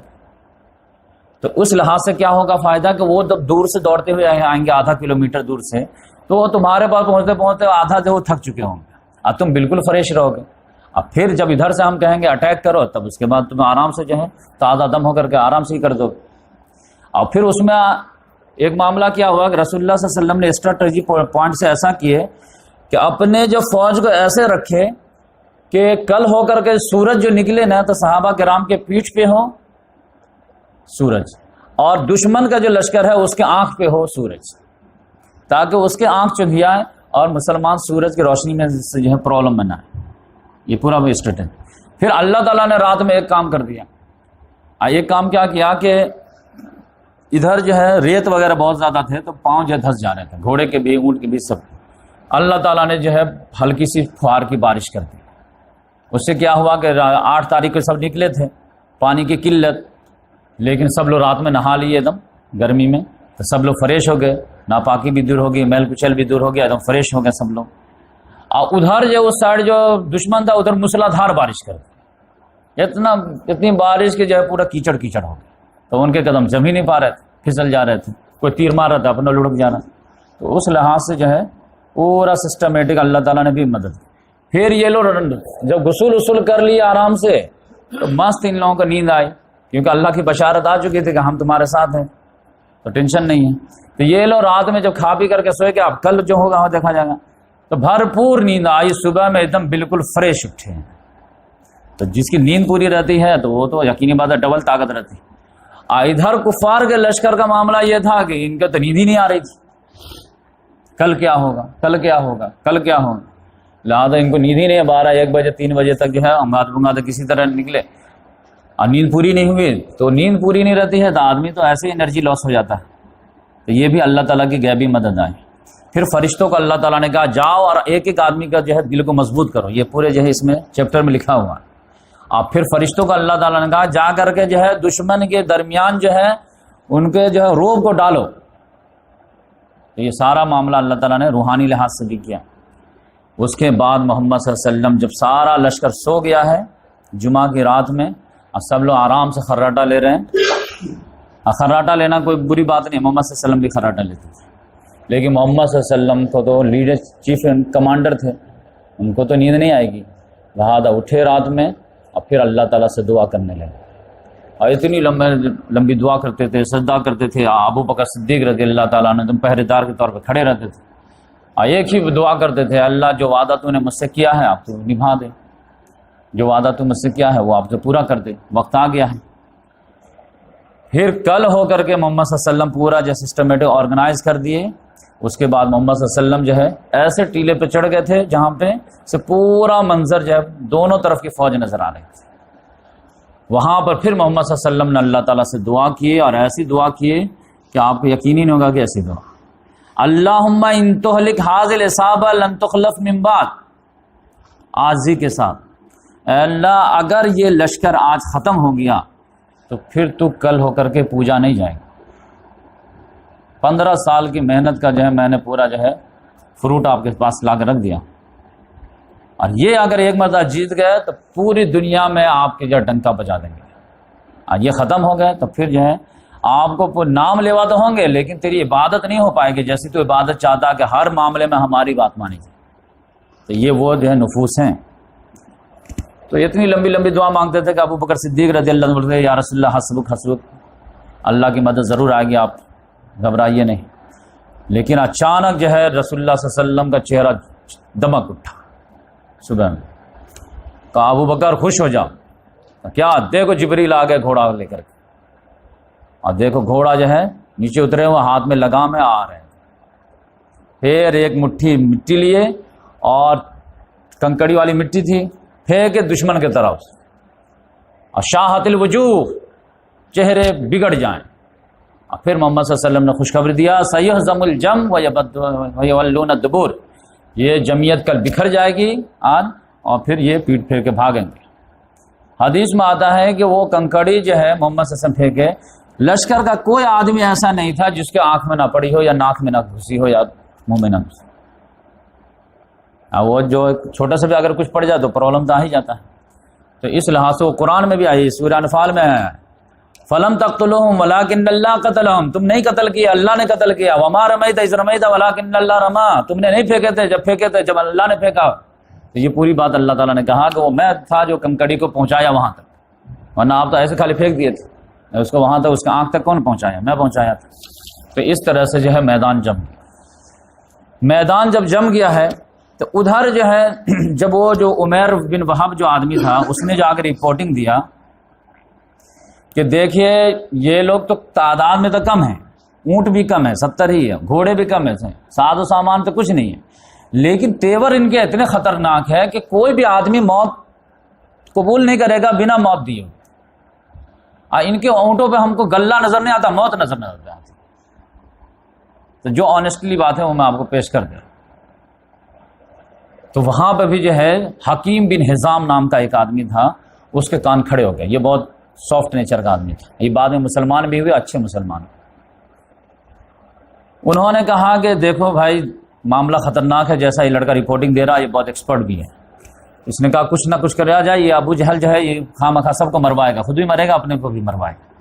تو عتبہ بن ربیعہ کے پاس گیا، کہا کہ تو جو ہے ٹھیک ہے، ابو جہل جو ہے لڑنے بھڑنے والا آدمی ہے، غصہ والا ہے، ہاں تماشا زیادہ کر دیتا ہے، لیکن جینیس تو تمہیں کو ہم مانتے ہیں، پورا عرب تو تم کو مانتا ہے، اور تمہارا خاندانی پاور ہے، اب پھر تم کو بولنا آتا ہے، تو تم آج اگر کام نہیں آئے تو کب کام آئے گا؟ کچھ تو کرو۔ کہا کیا کروں؟ تو اگر تم آج چاہے گا تو یہ جنگ ٹل جائے گی۔ کہا میں کیا کروں؟ کہا دیکھو جنگ کس وجہ سے، عمرو بن حضرمی کو قتل کر دیا ہے، اسی کا میں مسئلہ پھنسا ہوا، قافلہ تو ہمارا بچ ہی گیا ہے، اب بس عمرو بن حضرمی کا بدلہ لینا ہے، تمہارا وہ حلیف ہے عمرو بن حضرمی، لہذا تم جو ہے وہ قتل کا جو ہے دیت ادا کر دو، اور پھر جو ہے معاملہ ختم ہو جائے گا۔ کہا میں تیار ہوں۔ تو کہا کہ ٹھیک ہے۔ تو کہا لیکن یہ حنظلیہ کے بیٹے کو پوت کو کون سمجھائے گا؟ یہ اصل ہے نا بسکی گھان، حنظلیہ جو تھے وہ ابو جہل کی ماں کا نام تھا، یہ اصل معاملہ خراب کیا ہوا، جا کے اس سے بات کرو، میں تو تیار ہوں، میں تو دیت بھی دے دوں گا، سارے چیز دے دوں گا۔ وہ ابو جہل جو ہے وہ زیرہ اور ابھی سے ہے بہترین جو ہے اس کو ٹھیک ٹھاک کر رہا تھا، اتنے میں حکیم بن حزام آئے، آپ بولیں کہ جو ہے ابو جہل سے کہ دیکھو اس طرح کا معاملہ، عتبہ بن ربیعہ تیار ہو گیا ہے، اب وہ جو ہے دیت دینے کے لیے تیار ہے، عامر بن حضرمی کے خاندان والے جو ہے ریڈی ہو جائیں گے، اس کو پیسہ مل جائے گا۔ تو اچھا تم بکواس کرنے آیا ہے یہاں پہ، جب بالکل اب جو ہے دشمن سامنے آ گیا ہے تو پھر تم اب اس طرح کی بات کر رہا۔ کہا عتبہ بھی یہی چاہتا ہے۔ کہا عتبہ اس کو جو ہے اونٹ پہ موت نظر آیا ہے گوشت خوروں کا، تو جو ہے اس کو ڈر ہو گیا ہے، اس کا دل سوج گیا ہے، اور وہ اس کا دل اس لیے سوجا ہے، اس کو جا کے بول دو کہ سامنے بیٹا نظر آ رہا اس کو۔ اور ان کا بیٹا جو تھے ابو حذیفہ رضی اللہ تعالیٰ عنہ، وہ فرسٹ رو سے مسلمان تھے، اور وہ مسلمانوں کی طرف سے تھے۔ کہا کہ بیٹا کو دیکھ کر کے اس کا دل پسیج گیا ہے، اور ادھر جو رپورٹنگ یہ لڑکے نے دیا عمیر بن وہب نے کہ موت مٹلا رہے ہیں، تو جس کی وجہ سے یہ بزدلی دکھا رہا ہے، کوئی جو ہے امن پسند انسان نہیں ہے۔ اب یہ تانا مار دیا اس، کہا کہ جا کے بول دو عتبہ کو کہ بزدلی کو جو ہے وہ حکمت کا نام نہ دے۔ اب عمرو بن حزام ادھر گیا، تو جیسے عتبہ کو کہا کہ تم کو تو کہہ رہا کہ وہ بزدلی کی وجہ سے ایسا امن چاہ رہا، صلح چاہ رہا۔ اب یہ عرب میں یہ دنیا کا سب سے زیادہ جو ہے بڑی گالی تھی، کسی کو بزدل کہہ دینا، خاص کر ڈیرنگ باز۔ کہا اچھا بزدل مجھے بولا، کل پتا چلے گا کون بزدل ہے کون یہ ہے۔ اب کہا جانے دو، اب ریڈی ہو جا۔ ادھر جو اور دیکھا کہ کہیں فوج اس کا ساتھ نہ دے دے، ادھر عمرو بن حضرمی کا جو ہے بھائی کو عامر بن حضرمی کو بلا لیا، کہا دیکھ سامنے چارہ موجود ہے، کل تمہارے بھائی کا بدلہ لے سکتے ہیں ہم لوگ، اور یہ صلح کی بات کر رہے ہیں۔ تو اس نے اپنا کپڑا پھاڑا، دعائیں دینے لگا، وام راہ ہائے عمرو بن حضرمی، ہمارا بھائی کا جو ہے قاتل سامنے ہے، تب ہم صلح کی بات کریں گے، یہی ہماری غیرت ہے، یہی ہماری جرت ہے، یہ سارے چیز دعائیں دینے لگا۔ صاحب نے کہا جے ہو۔ پھر ابو جہل نے جو اور اس میں جو پنچ مارا، کہا کہ جو ہے کچھ نہیں، کل جو ہے فیصلہ ہوگا، اللہ تعالیٰ فیصلہ کرے گا۔ اے اللہ میں آپ سے گواہ بنا کر کے چاہتا ہوں کہ جس نے بھی رشتہ داری کو توڑا ہے اور جس نے بھی آبا اسلاف کو بے وقوف بنایا ہے اس کو تو کل ختم کر دے، اور جو حق پہ ہے آپ کی نگاہ میں اس کو کل تو جیت دے دے، اور جو باطل پہ اس کو تو فنا کر دے۔ لوگ تم دماغ ٹھنڈا ہو گیا، تم لوگ کو لگتا ہے کہ ہم لوگ غلط ہیں؟ رحمی رشتے کو کس نے کاٹا ہے؟ باپ کو بھائی سے کس نے لڑوایا ہے؟ ان لوگوں نے لڑوایا ہے۔ ہم لوگ تو چاہتے ہیں کہ سب لوگ مل جل کے رہو، لہٰذا پبلک کو بھی لگا اچھا ہم لوگ حق پہ بھی ہو سکتے ہیں کیا؟ ہاں ہو کیوں نہیں سکتے ہیں، دیکھو کل جو جیتے گا وہ حق پہ ہوگا، کل جو ہارے گا وہ باطل پہ ہوگا، بس دودھ کا دودھ پانی کا پانی ہو جائے۔ 15 سال سے یہ مسئلہ چل رہا۔ اللہ تعالیٰ نے کہا بس یہ بات نوٹ رکھنا تھا، کل کے بعد یہ بات میں تم کو یاد دلاؤں گا۔ اللہ تعالیٰ نے جملہ لکھا ان تستفتوا فقد جاءکم الفتح، بعد میں اللہ تعالیٰ نے کہا جب جنگ بدر ہو گئی کہ تم تو فتح چاہتے تھے، تو فتح تو کس کے ہاتھ میں آئی؟ تو حق کس کے پاس ہے؟ تو اس لحاظ سے میدان سجا۔ تو عتبہ بن ربیعہ کو تانا مارے ہوا تھا، وہ پہلے نکلا، لاؤ پہلے تلوار مبارزت کے لیے۔ اس میں بھی مبارزت میں پہلے کیا ہوا کہ اسود نام کا آدمی تھا، مسلمان پانی پہ قبضہ کر لیے تھے، ان کو پانی تھا ہی نہیں، تو اس کی وجہ سے یہ جو ہے پانی کے کنویں پہ جانے کے لیے تیار ہو گئے اور کہا کہ میں تو پانی لے کے رہوں گا، قسم کھا کے کہتا ہوں۔ ایک مسلمان نے کہا پانی تک تو تم کو ہم ریچ دیں گے نہیں، لہذا وہ ایک ڈیرنگ بات تھا، وہ دوڑایا حضرت حمزہ رضی اللہ تعالیٰ نکلے، اس کو وار ایسا کیے کہ وہ اس کے پاؤں کٹ گئے، لیکن پاؤں کٹ گئے پھر بھی اس نے قسم کھایا تھا کہ ہم تو پانی پی کے رہیں گے مسلمانوں کے کنواں سے۔ پھر وہ جو ہے پیٹ کے بل گھسیٹتے جانے لگا، پھر حضرت حمزہ رضی اللہ ایک اٹیک کیے اور اس کو ختم کر دیا۔ تو پہلا جو ہے مطلب موت جو ہے کفارت ایسی ہوئی، لیکن اس کے بعد اب مبارزت ہوئی، ادھر سے پورا میدان، ادھر سے پوری فوج لگی ہوئی، اور سسٹمیٹک محمد صلی اللہ علیہ وسلم بھی آرگنائز کی، سسٹمیٹک وہ لوگ بھی آرگنائز کی۔ اب مبارزت پہلے 1 to 1 ہو، اس کے بعد جو ہے جنگ ٹو جنگ۔ مبارزت میں 3 لوگ نکلے ادھر سے، عتبہ، اس کا بھائی شیبہ اور اس کا بیٹا ولید، 3 ایک ہی خاندان سے، خاندانی۔ ادھر سے بولے بھیجو محمد صلی اللہ علیہ وسلم، محمد تو صلی اللہ علیہ وسلم نے بولا ہوگا محمد بھیجو اپنے آدمی کو، تو ادھر سے 3 جو ہے یہ نکلے انصار میں سے، عوف رضی اللہ تعالیٰ عنہ اور عبداللہ بن رواحہ اور ایک نام یاد نہیں آ رہا، 3 لوگ نکلے۔ تو بولے کہ یہ لوگ آ رہے ہیں، پوچھو کہ کون ہے یہ لوگ، تو کافی دور ڈسٹینس پہ لوگ کھڑے تھے، تو پوچھا کہ آپ لوگ کون ہیں، تو بولے کہ انصار ہیں ہم لوگ، مدینے کے رہنے والے ہیں۔ تو بولا کہ یہ لوگ انصار آ رہے ہیں، تو بولے کہ انصاروں سے جو ہے ہم لوگ لڑنے والے نہیں ہیں، ہمارا آپ سے کوئی مطلب ہی نہیں ہے، ہماری لڑائی جو ہے ہمارے چچیرے بھائیوں سے ہے، اور کاشتکاروں سے لڑ کر کے ہم کو ذلیل تو مت کراؤ، یہ جو ہے سبزی کھانے والے، ان سے ہم نہیں لڑیں گے، ہمارے مد مقابل بھیجو۔ تب یہ لوگ جو ہے ٹینشن میں آ گئے۔ تب پھر محمد صلی اللہ علیہ وسلم نے کہا عبیدہ بن حارث رضی اللہ عنہ کہ عبیدہ بن حارث آپ اٹھیے، حمزہ آپ اٹھیے اور علی آپ اٹھیے، کہ ادھر سے 3 خاندان کا تھا، ابھی ہمارے بھی 3 خاندان اور فرد، ورنہ ہم لوگ جو ہے اگر کوئی لیڈر رہتا تو پہلے دوسرے خاندان کا بھیج دیتا، لیکن ادھر تینوں جو ہے عبیدہ بن حارث بن مطلب اور پھر حمزہ رضی اللہ تعالیٰ عنہ چچا، علی رضی اللہ تعالیٰ عنہ، سب چیز ہی تھیں گئے۔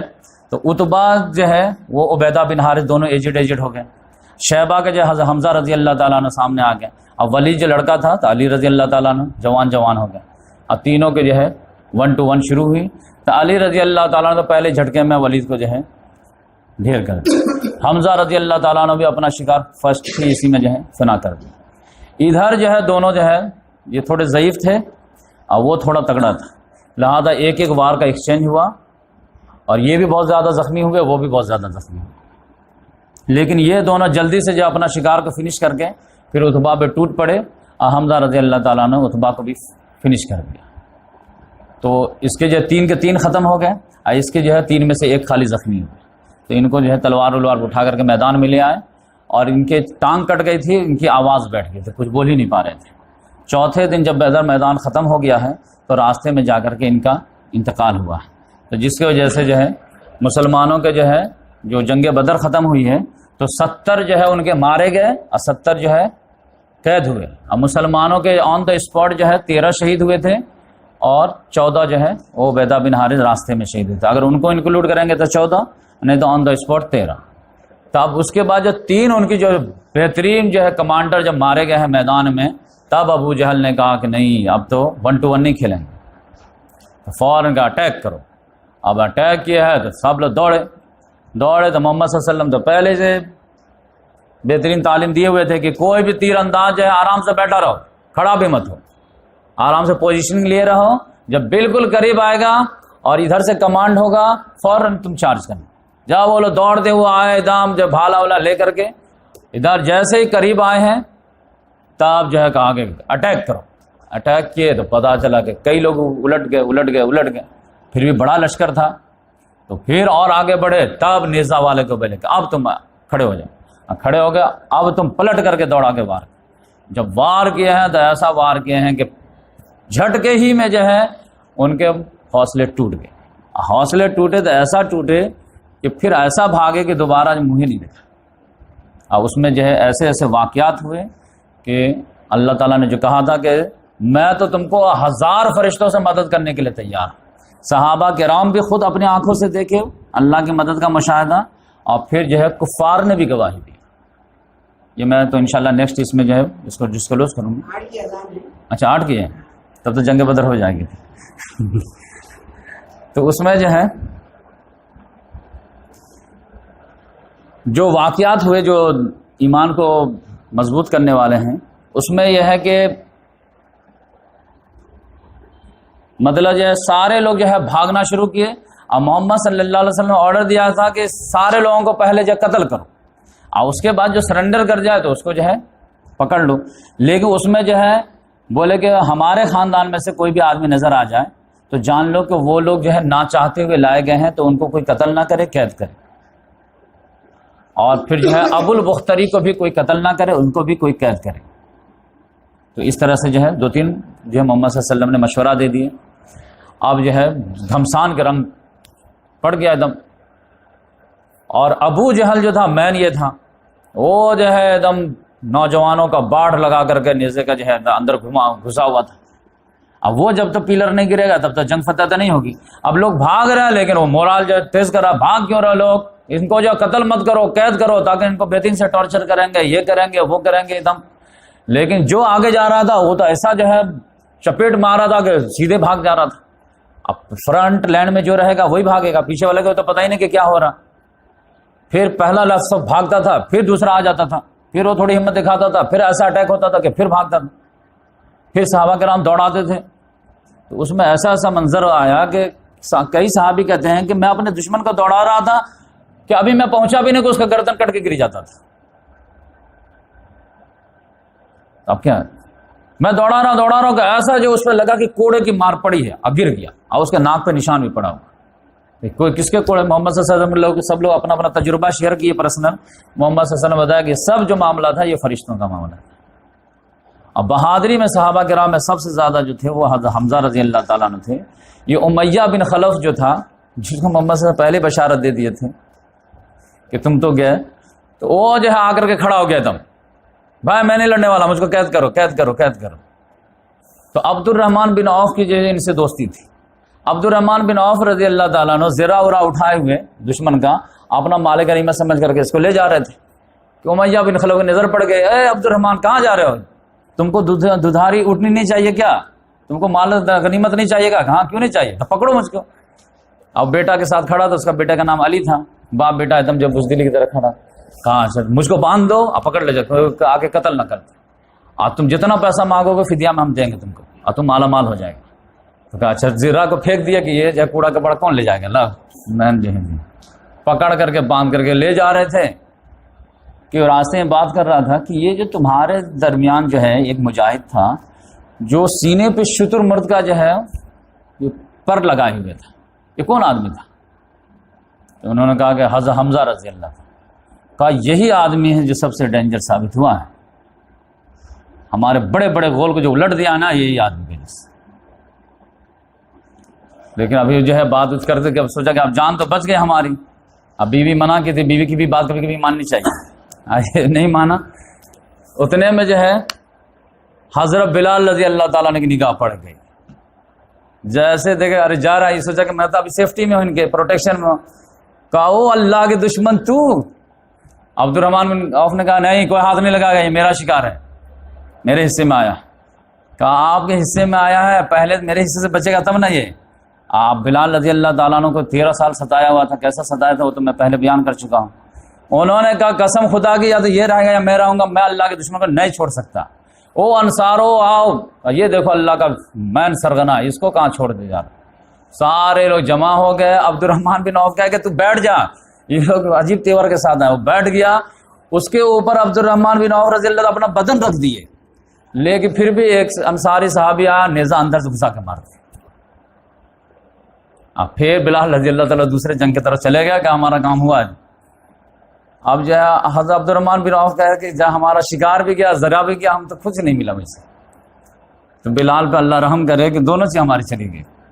ذرا بھی اس کے چکر میں پھینک دیا، اس کے چکر میں وہ ختم کر دی. لیکن وہ ان کو تو حق بنتا تھا، کیونکہ 13 سال جو جھیلا تھا وہ نہیں سمجھ سکتا کتنا جلن. اس کے بعد مین جو تھا ابو جہل تھا. یہ ابو جہل کا معاملہ جو بڑی ڈینجر تھا، وہ پورا غول کے اندر جب چکر لگا رہا تھا. اتنے ہی میں عبد الرحمن بن عوف رضی اللہ تعالیٰ خود ہی اپنا ایک قصہ سناتے ہیں کہ میں جو ہے لڑ رہا تھا اچانک دو نوجوان آئے. دو نوجوان تو ساتھ میں تھے لیکن دونوں نوجوان ہم سے جو سرگوشی اکیلے. ایک کا نام معاذ تھا، دوسرے کا نام معوذ تھا. ایک نوجوان نے مجھ کو بغل میں لے جا کے بولا کہ چچا جان ابو جہل کدھر ہے؟ بولا بے بھتیجے تم بچہ ہے، یہ ابو جہل بڑے آدمی کا کام ہے، یہ کیا کرے گا ابو جہل لے کے؟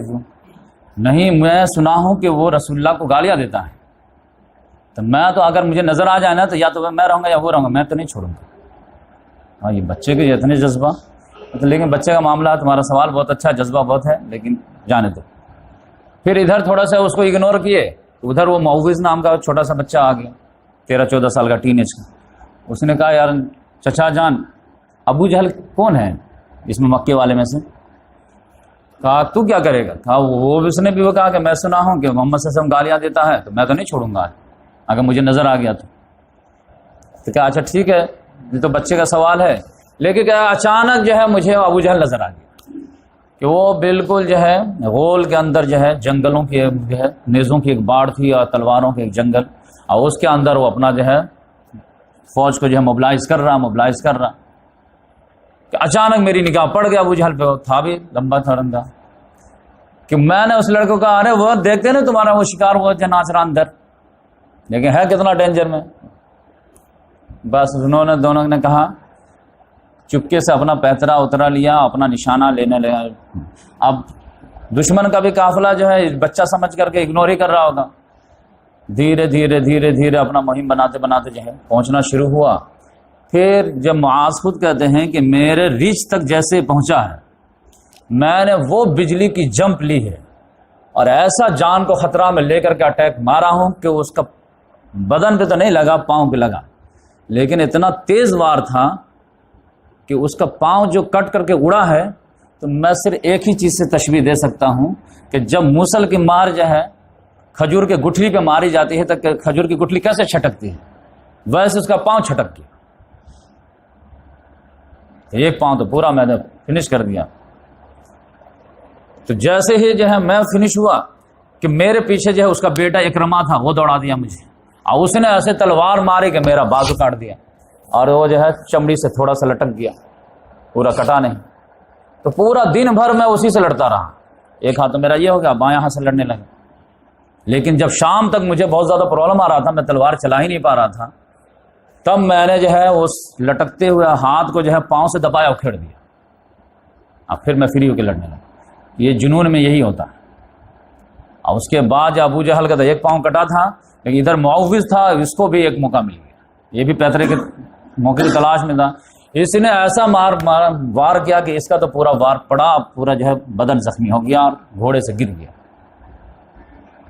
گر گیا تو ٹانگ بھی کٹا، پاؤں ہاتھ جو ہے بدن بھی زخمی. جب میدان پورا جو ہے ختم ہو گیا ہے، سب لوگ بھاگ گئے ہیں، سب لوگ جو ہے گرفتاری دینے لگے، تو 70 لاشیں پڑی ہوئی تھی. سارے سردار لیول کے مارے گئے، ایک بھی سردار نہیں بچا جس کی کوئی حیثیت تھی. 2 ہی سردار میں بچ گئے تھے، ابو لہب جو آیا ہی نہیں اور ابو سفیان جو قافلہ لے کے میدان میں نہیں آیا، سب مارے گئے.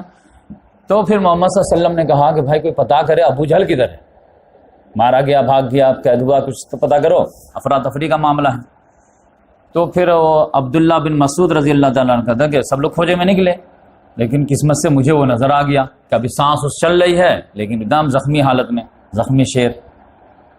اچانک نظر آیا تو مجھے تو بہت ستایا تھا. وہ یہ بکریاں چراتے تھے اور ان کو تو بہت زیادہ ستایا. فوراً سینے پہ پاؤں رکھے تو بولا ارے تو بڑی اونچی جگہ چڑھ گیا. کہاں وہ اونچی جگہ چڑھ گیا؟ اچھا تو ٹھیک یہ بتا کہ جیت کس کی ہوئی؟ کہا اللہ رسول کی.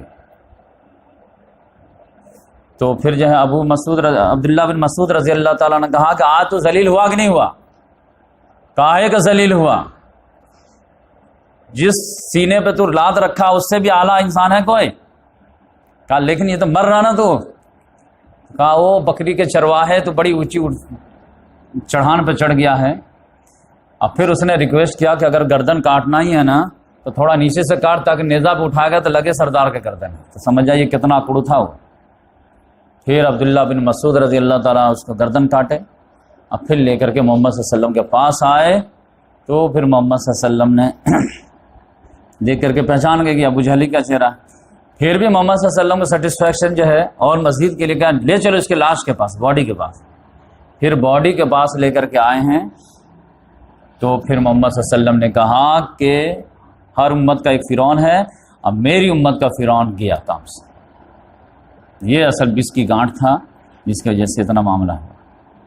لہذا جو ہے اندھے کنویں میں سب کو ڈال دیا گیا اور جو ہے ایک جذباتی معاملہ ہوا کہ حضرت حذیفہ رضی اللہ تعالیٰ جب جو ہے عتبہ بن ربیعہ کے لاش کو گھسیٹ کے لا کے کنویں میں ڈالا جا رہا ہے, شیبہ کا لایا جا رہا ہے, ولید کا لایا جا رہا ہے, تو ان کے چہرے پہ بالکل غم کے آثار تھے. اور اس سے پہلے بھی ایک معاملہ ہو گیا تھا کہ جب محمد صلی اللہ علیہ وسلم نے کہا تھا عباس رضی اللہ تعالیٰ عنہ کو کوئی قتل نہ کرے, بنو ہاشم کو کوئی قتل نہ کرے, تو ان سے ایک جذباتی غلطی ہو گئی تھی. اور جذباتی غلطی کیا ہو گئی؟ حضرت ابو حذیفہ رضی اللہ عنہ نے کہا کہ یہ کیا بات ہوئی کہ ہم لوگوں کے باپ دادا جو ہے قتل کیے جائیں اور جو ہے بنو ہاشم عیش کرے؟ ایسا نہیں ہوگا, قسم خدا کہ میرے عزت میں آ گیا تو میں تو اس کو ختم کر دوں. محمد صلی اللہ علیہ وسلم کو یہ جملہ بہت برا لگا. محمد صلی اللہ علیہ وسلم حضرت عمر رضی اللہ تعالیٰ نے شیئر کیے کیا رسول کا چچا جو ہے قتل کیا جائے گا؟ حضرت عمر رضی اللہ تعالیٰ عنہ کا تیور الگ ہی تھا. کہا یا رسول اللہ مجھے اجازت دے میں اس منافق کی گردن اڑا دوں, مجھے لگتا ہے یہ منافق ہو گیا. تو عبداللہ بن حذیفہ ابو حذیفہ رضی اللہ تعالیٰ عنہ کے بعد میں پچھتاوا ہوا اور انہوں نے کہا کہ اس کے بعد تو جو مجھ سے غلطی ہو گئی, جو ایک جذبات میں بات نکل گئی, تو اس کے بعد سے تو مجھے برابر ہی جو کھٹکا لگا رہتا تھا کہ ہمارے اندر ایمان ہے یا نفاق آ گیا ہے. ہم سمجھتے تھے کہ اب جو ہے پتہ نہیں کیا ہوگا, تو شہادت کے اگر موت ملی تب تو لگتا ہے کہ معاملہ ٹھیک ہوگا, ورنہ جو ہے اتنا خطرناک میں جملہ بول دیا تھا کہ کہیں جو ہے حضرت عمر کی ہی بات نہ صحیح. تو پھر وہ جنگ یمامہ میں شہید ہوئے, تو پھر جا کر کے ان کی خواہش پوری ہوئی. تو اس طرح کا معاملہ ہوا. ایک معاملہ جو ابو البختری کا تھا, جو صحیفے کو چاک کرنے میں مدد کیا تھا. اب محمد صلی اللہ علیہ وسلم کو مکے میں سب سے زیادہ جو ہے دکھ پہنچانے میں سب سے زیادہ دور یہی رہتا تھا, تو محمد صلی اللہ علیہ وسلم اس کو بھی دیے تھے کہ اس کو بھی کوئی ٹچ نہیں کرے گا. لیکن اس کو بھی قسمت میں موت لکھی تھی, وہ مرا بیچارہ, جو کہ محمد صلی اللہ علیہ وسلم منع کیے تھے. وہ معاملہ کیا ہوا کہ ایک صحابی نے ان کو پکڑ لیا, مجزر نام تھا صحابی کا. تو انہوں نے کہا کہ دیکھیے ابو البختری صاحب, محمد صلی اللہ علیہ وسلم نے آپ کو مارنے کے لیے منع کیا, اس لیے میں آپ کو قید کر رہا. ٹھیک ہے, کہا اچھا یہ بولے ہیں کہ ہاں, تو ہمارا جو دوست ہے یہ ساتھ میں, کہا نہیں اس کے بارے میں نہیں بولے تھے, اس کو تو میں ماروں گا. آپ کو چھوڑنے کے لیے کہا گیا تھا, آپ کو ہم چھوڑ دیتے ہیں. انہوں نے کہا نہیں ایسا نہیں ہو سکتا, ہمارا دوست مرے گا اور ہم چھوڑ دیں, ہمارے دوست کو بھی چھوڑو تب ٹھیک ہے, اور نہیں تو پھر ہم لڑ کر کے ختم ہو جائیں گے. تو کہا نہیں تو ہم تو خالی آپ کو معاف کریں گے, اس کو تو نہیں چھوڑیں گے. تو پھر لڑتے ہیں, تو پھر آئیے میدان میں. تو پھر میدان میں آئے تو پھر مجزر صحابی نے ان کو ختم کر دی. تو وہ بیچارے کی موت لکھی ہوئی تھی, تو کوئی نہ کوئی بہانے سے تو مرنا ہی تھا اس کو.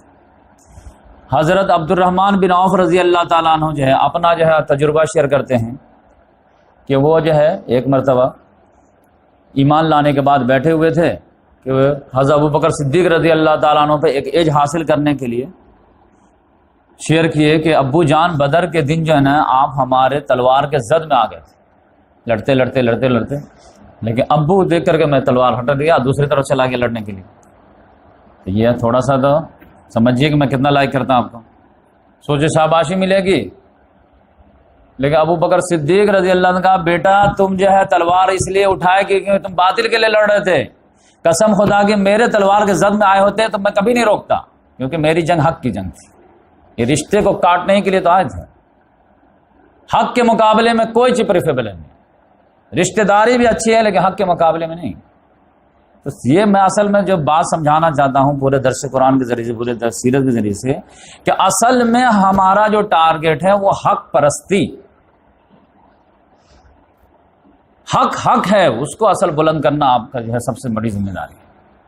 اور حق کے مقابلے میں آزمائش آپ کو جو طرح طرح کی آئیں گی, کبھی رشتہ دار آ جائیں گے, کبھی بیویاں آ جائیں گی, کبھی کوئی آ جائے گا, کبھی کوئی مسلک آ جائیں گے, کبھی اپنی جماعت آ جائیں گے, کبھی اپنا لیڈرشپ آ جائے گا, اور آپ کو دیکھا جائے گا کہ آپ حق استعمال قبول کرتے ہیں یا رشتہ داری کو ترجیح دیتے ہیں. اور حق کا جنون ہونا چاہیے. یہ مصعب بن عمیر رضی اللہ تعالیٰ عنہ کے بارے میں آتا ہے کہ وہ ایک جگہ سے گزر رہے تھے تو ان کا بھائی جو ہے ابو عزیز، ان کو ایک انصاری صحابی پکڑ لیے، پکڑ کر کے جو ہے رسی سے باندھ رہے تھے۔ مصعب بن عمیر گزرے تو بولے کہ انصاری بھائی اس کو زور سے باندھ، ایک دم کڑک باندھ اس کو اگر تو نے قید کر لیا نا تو اس کے ذریعے سے تم کو بہت فدیہ ملے گا، کیونکہ اس کی ماں بہت مالدار ہے، اب بہت لائک کرتی ہے اس کو، تو منہ مانگا تم کو فدیہ ملے گا۔ اس کا بھائی کہا کہ ارے تم میرا بھائی ہو کر کے تو دشمن کا فیور لے رہا، میرے خلاف بول رہا۔ کہا آج تو میرا بھائی نہیں، میرا بھائی یہ انصاری ہے، کیونکہ یہ حق کی لڑائی ہے۔ تو یہ اگر ساری چیز مٹ کر کے اگر حق کے میدان میں نہیں آئیں گے تو حق کی جیت ہو ہی نہیں سکتی۔ سارے ریزرویشن کے ساتھ آپ میدان میں آئیں گے، آپ ہر جگہ لوز کریں گے، جیسے آج مسلمان ہو رہے ہیں۔ اپنا خاندان، اپنا ایریا، اپنا علاقہ، اپنا مسلک، اپنی جماعت، ہر چیزیں حق پرستی تو دکھ ہی نہیں رہی، جبکہ بار بار قرآن میں ہیمر کیا گیا کہ اگر جو ہے دشمن کو بھی فیور جا رہا ہو تمہارے حق پرستی پر عمل کرنے کی وجہ سے، تو تم حق کو مت چھوڑو، دشمن کو فیور جانے دو، تمہارا کوئی ٹینشن نہیں، ہمارے ہاتھ میں پورا کنٹرول ہے۔ تمہارے آزمائش میں کر آیا ہوں ظاہری طور سے کہ تم جو ایکشن لے رہے ہو وہ حق پرستی کے ہے، لیکن اس کا بینیفٹ دشمن کو جا رہا، میں دیکھنا چاہتا ہوں کہ تم کیا لیتے ہو ایکشن۔ اور اگر تمہارا نقصان بھی ہو رہا ہے حق پرستی کی وجہ سے، پھر بھی نقصان برداشت کرو، حق پرستی کو مت چھوڑو۔ لیکن آج مسلمان آپ دیکھ لیجیے، ایک حق بات بولنے کے لیے تیار نہیں ہے۔ آپ یہ ویڈیو میرا لیجیے اور کسی سے شیئر کیجیے، بڑے عالم سے، اور یہ کہیے کہ یہ ہمارے مسلک کا عالم نہیں ہے، بتائیے یہ ویڈیو کیسی ہے، دیکھیے کیسے اب کمنٹ دیتے، اور یہ بولیے کہ اپنا ہی مسلک کا ہے، آج دیکھیے غلطی والا بھی سب صحیح ہو جائے، اپنا نہیں ہے تو ساری ویڈیو غلط۔ یہ تو علماء کرام کا حال ہے، آپ جاہل عوام کے بارے میں کیا ایکسپیکٹ کریں گے؟ ہم لوگ جو ہے جامعۃ الفلاح میں رہتے تھے تو آپ جانتے ہیں جب دعوت کا کام کرنے کے لیے نکلتے تھے مسلمانوں کے یہاں، تو مولانا مودودی کی کتاب اگر ایسے دے دیے نا تو سب لوگ ایسے پھینک دیتے، لیکن وہی اوپر کا جو ٹائٹل پھاڑ کر کے دیتے تھے تو رکھ لیتے تھے، بہت اچھی کتاب۔ یہ حق پرستی، مطلب ٹائٹل پھاڑ دیجئے، مصنف کا نام پھاڑ دیجئے، دے دیجئے دینیات، کہ اللہ اتنی اچھی کتاب، اتنا بہترین رائٹر، کتنا بہترین ہے، اور وہی اگر ٹائٹل کے ساتھ دے دیجئے سب سے بیکار کتاب، گستاخی ہے اس میں۔ کسی کا خطبہ سنا دیجئے لیکن کہہ دیجئے کہ اپنے مسلک کا نہیں ہے، تو سب بیکار ہے، بکواس ہے، اور خالی بول دے نہیں اپنا ہی ہے، دیکھیے سب چیز ٹھیک ٹھاک۔ یہ معاملہ جو یہاں تک معاملہ ہے، تو یہ حق پرستی جو ہے میدان میں کیا ہوگا، اور اپنے رشتہ دار کے خلاف کیا ہوگا، اور اپنے جو ہے قوم کے خلاف کیا ہوگا۔ تو اس لحاظ سے جنگ بدر کا جو سب سے بڑا میسج ہم کو ملا وہ تو یہی ہے کہ حق پرستی کے مقابلے میں کوئی بھی پرستش نہیں آنی چاہیے،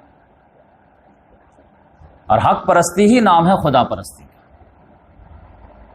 جال حق وضاحت الباطل، حق آ گیا، حق کی حکمرانی آ گئی، حق کی جو ہے طرفداری آ گئی۔ تو اس لحاظ سے اگر آپ لوگ جو ہے یہ پورے سیرت النبی سنے ہیں تو اس کے لیے آپ کمر کس لیجئے کہ کہیں پر بھی جا کر کے آپ حق کو کمپرومائز کر دیجئے تو وہاں سے آپ کو ریجیکٹ ہو جائے کہ ٹھیک ہے تم جو ہے پرائمری کے ایگزام پاس کر گئے، سیکنڈری کا پاس کر لیے، 12ویں کا پاس کر لیے، گریجویشن بھی پاس کر لیے، لیکن یو پی کے ایس سی میں جو ہے ایگزام میں جو تم فیل ہو، کیونکہ یہاں پہ تم حق پرستی کو کمپرومائز کرتے۔ تو اس لحاظ سے یہ نہیں کہ بھائی میں تو اتنا پاس کیا تو میں IAS افسر بن جاؤں گا، نہیں، لاسٹ ایگزام میں فیل ہو گئے، تم نے یہیں پہ فیل ہو گئے، تم وہیں پہ فیل ہو گئے۔ تو یہ حق پر یہ دنیا بنایا ہی گیا ایک امتحان کے لیے، یہ دنیا بنائی گئی ہے آزمائش کے لیے، ہمارا امتحان ہے۔ الذی خلق الموت والحیات لیبلوکم ایکم احسن عملا، موت و حیات کا سلسلہ چلایا ہی گیا حق پرستی کے جو ہے طرفداری کے لیے کہ کون حق پرستی کو قبول کرتا کون نہیں کرتا۔ تو بہت سارے لوگ تو حق کو قبول کرنے ہی میں جو ہے فیل ہو جاتے ہیں، غیر مسلم بن جاتے ہیں، اور بہت سارے لوگ حق کو قبول کرنے کے بعد حق پر چل نہیں پاتے، جب اپنا خاص طور سے کریٹیکل معاملہ ہو جاتا ہے، جب اپنا فائدہ نظر نہیں آتا ہے، نقصان نظر آتا ہے، یا دشمن کا فائدہ نظر آتا ہے۔ آپ کے بیٹے نے اگر بائک سے کسی ہندو بچے کو ٹھوک دیا ہے اور آپ نے دیکھا ہے تو عدالت میں آپ کو گواہی دینی چاہیے کہ ہاں ہمارے بیٹے کی غلطی ہے۔ اگر فساد ہو گیا ہے اور فساد میں جو معاملہ بگڑ گیا ہے اور 10 لاش ادھر گر گئے، 10 لاش ادھر گر گئے، لیکن آن دا اسپاٹ جہاں پہ فساد جو ہے رونما ہوا تھا، جس کی وجہ سے فساد بھڑکا تھا، اور آپ سمجھ رہے ہیں کہ مسلم لڑکے کی غلطی ہے، تو آپ کو جو فیور نہیں کرنا چاہیے، اور جب آپ فیور کرنے جائیں گے تو سب لوگ کہیں گے یہ بیوقوف مسلمان ہے، غداری کیا. آپ کہیے ہاں ہم غدار بنیں گے لیکن حق پرستی کو نہیں چھوڑیں گے. اسی لیے ہم سے کوئی پوچھتا بھی ہے کہ ہندو مسلمان انڈیا پاکستان کی لڑائی ہو جاتا ہے آپ کس کے ساتھ دو گے؟ ہم تو ببانگ دہل کہتے ہیں اور ویڈیو ریکارڈنگ میں کہتے ہیں کہ ہم اس کا ساتھ دیں گے جو حق پہ ہو. حق کے مقابلے میں دیش کے بھی ہم کچھ نہیں سمجھتے. جو حق پہ ہوگا اس کا ساتھ. امریکہ چائنا کی لڑائی ہو جائے جو حق پہ ہوگا اس کا ساتھ. انڈیا پاکستان کا ہوگا جو حق پہ ہوگا اس کا ساتھ. آپ حق پہ رہیے ہم آپ کے ساتھ ہیں. آپ باطل پہ رہیں گے ہم آپ کے ساتھ میں رہیں گے. آپ کا کان پکڑ کے ہم سیدھا کر دیں گے. غلط کوئی نہیں ہو سکتا. جب ایک مولانا کو ہم نہیں ساتھ دے سکتے غلط میں تو دوسرے کو کیا دے سکتے؟ تو دنیا میں حق پرستی کی حکمرانی ہونی چاہیے اور سب سے اوپر حق ہونا چاہیے اور پھر اس کے نیچے سب ہونا چاہیے. یہ بھی بت ہے کہ اگر کوئی کہتے ہیں ہم دیش کا ساتھ دیں گے حق کا نہیں دیں گے تو تم سمجھو دیش کے پجاری حق کے پجاری نہیں ہے. ہم خاندان کا ساتھ دیں گے تو تم پھر جو خاندان کے پجاری ہو حق کے پجاری نہیں ہو. اور ہر آدمی کو حق کی تلقین وتواصوا بالحق وتواصوا بالصبر. یہ تو مین کرسٹ آف دا امت ہے. والعصر ان الانسان لفی خسر الا الذین آمنوا وعملوا الصالحات وتواصوا بالحق وتواصوا بالصبر. زمانہ گواہ ہے کہ سارے انسان خسارے میں ہے سوائے وہ جو چار کام جو ایمان لائے جو اچھا اعمال کیے اور اچھا اعمال کے بعد حق کی نصیحت کیے حق کی تلقین کیے حق کی تعلیم دیے اور پھر حق کے مقابلے میں اگر پریشانی آئے تو ڈر کے مقابلہ کیے حق سے کمپرومائز نہیں کیے کیونکہ حق پہ چلنا اتنا آسان نہیں ہے. قربانی دینی پڑتی ہے اس میں لاس ہوتا ہے لیکن لاس برداشت کیے کس لیے؟ وہ ابدی خسران سے بچنے. تو اللہ تعالیٰ سے دعا ہے کہ اللہ تبارک و تعالیٰ ہم تمام کو حق پرستی کی توفیق عطا فرمائے. اور ایک شعر بھی ہے کہ حق پرستی کی جو میں نے بت پرستی چھوڑ کر برہمن کہنے لگے الہاد کا بانی مجھے. تو اس لحاظ سے حق پرستی اتنا آسان نہیں ہے. آپ کا خاندان خود آپ کا دشمن ہو جائے گا. آپ کا جو ہے فیملی دشمن ہو جائے گی. سارے لوگ جو ہے دشمن ہو جائیں گے. تو اس لحاظ سے جو ہے لیکن حق پرستی ہی کی نعمت جو ہے جنت کی شکل میں ملے گی خدا کی خوشنودی کی شکل میں ملے گی. تو پھر آپ سارا غم بھول جائیں گے جب حق پرستی کے جو ہے تحفہ آپ کو ملیں گے. تو اللہ تعالیٰ سے دعا ہے کہ اللہ تبارک تعالیٰ ہم تمام کو حق پرستی کرنے کی توفیق عطا فرمائے. سبحان اللہ بحمدہ سبحانک اللہم ونشہد ان لا الہ الا انت ونستغفرک ونتوب الیک.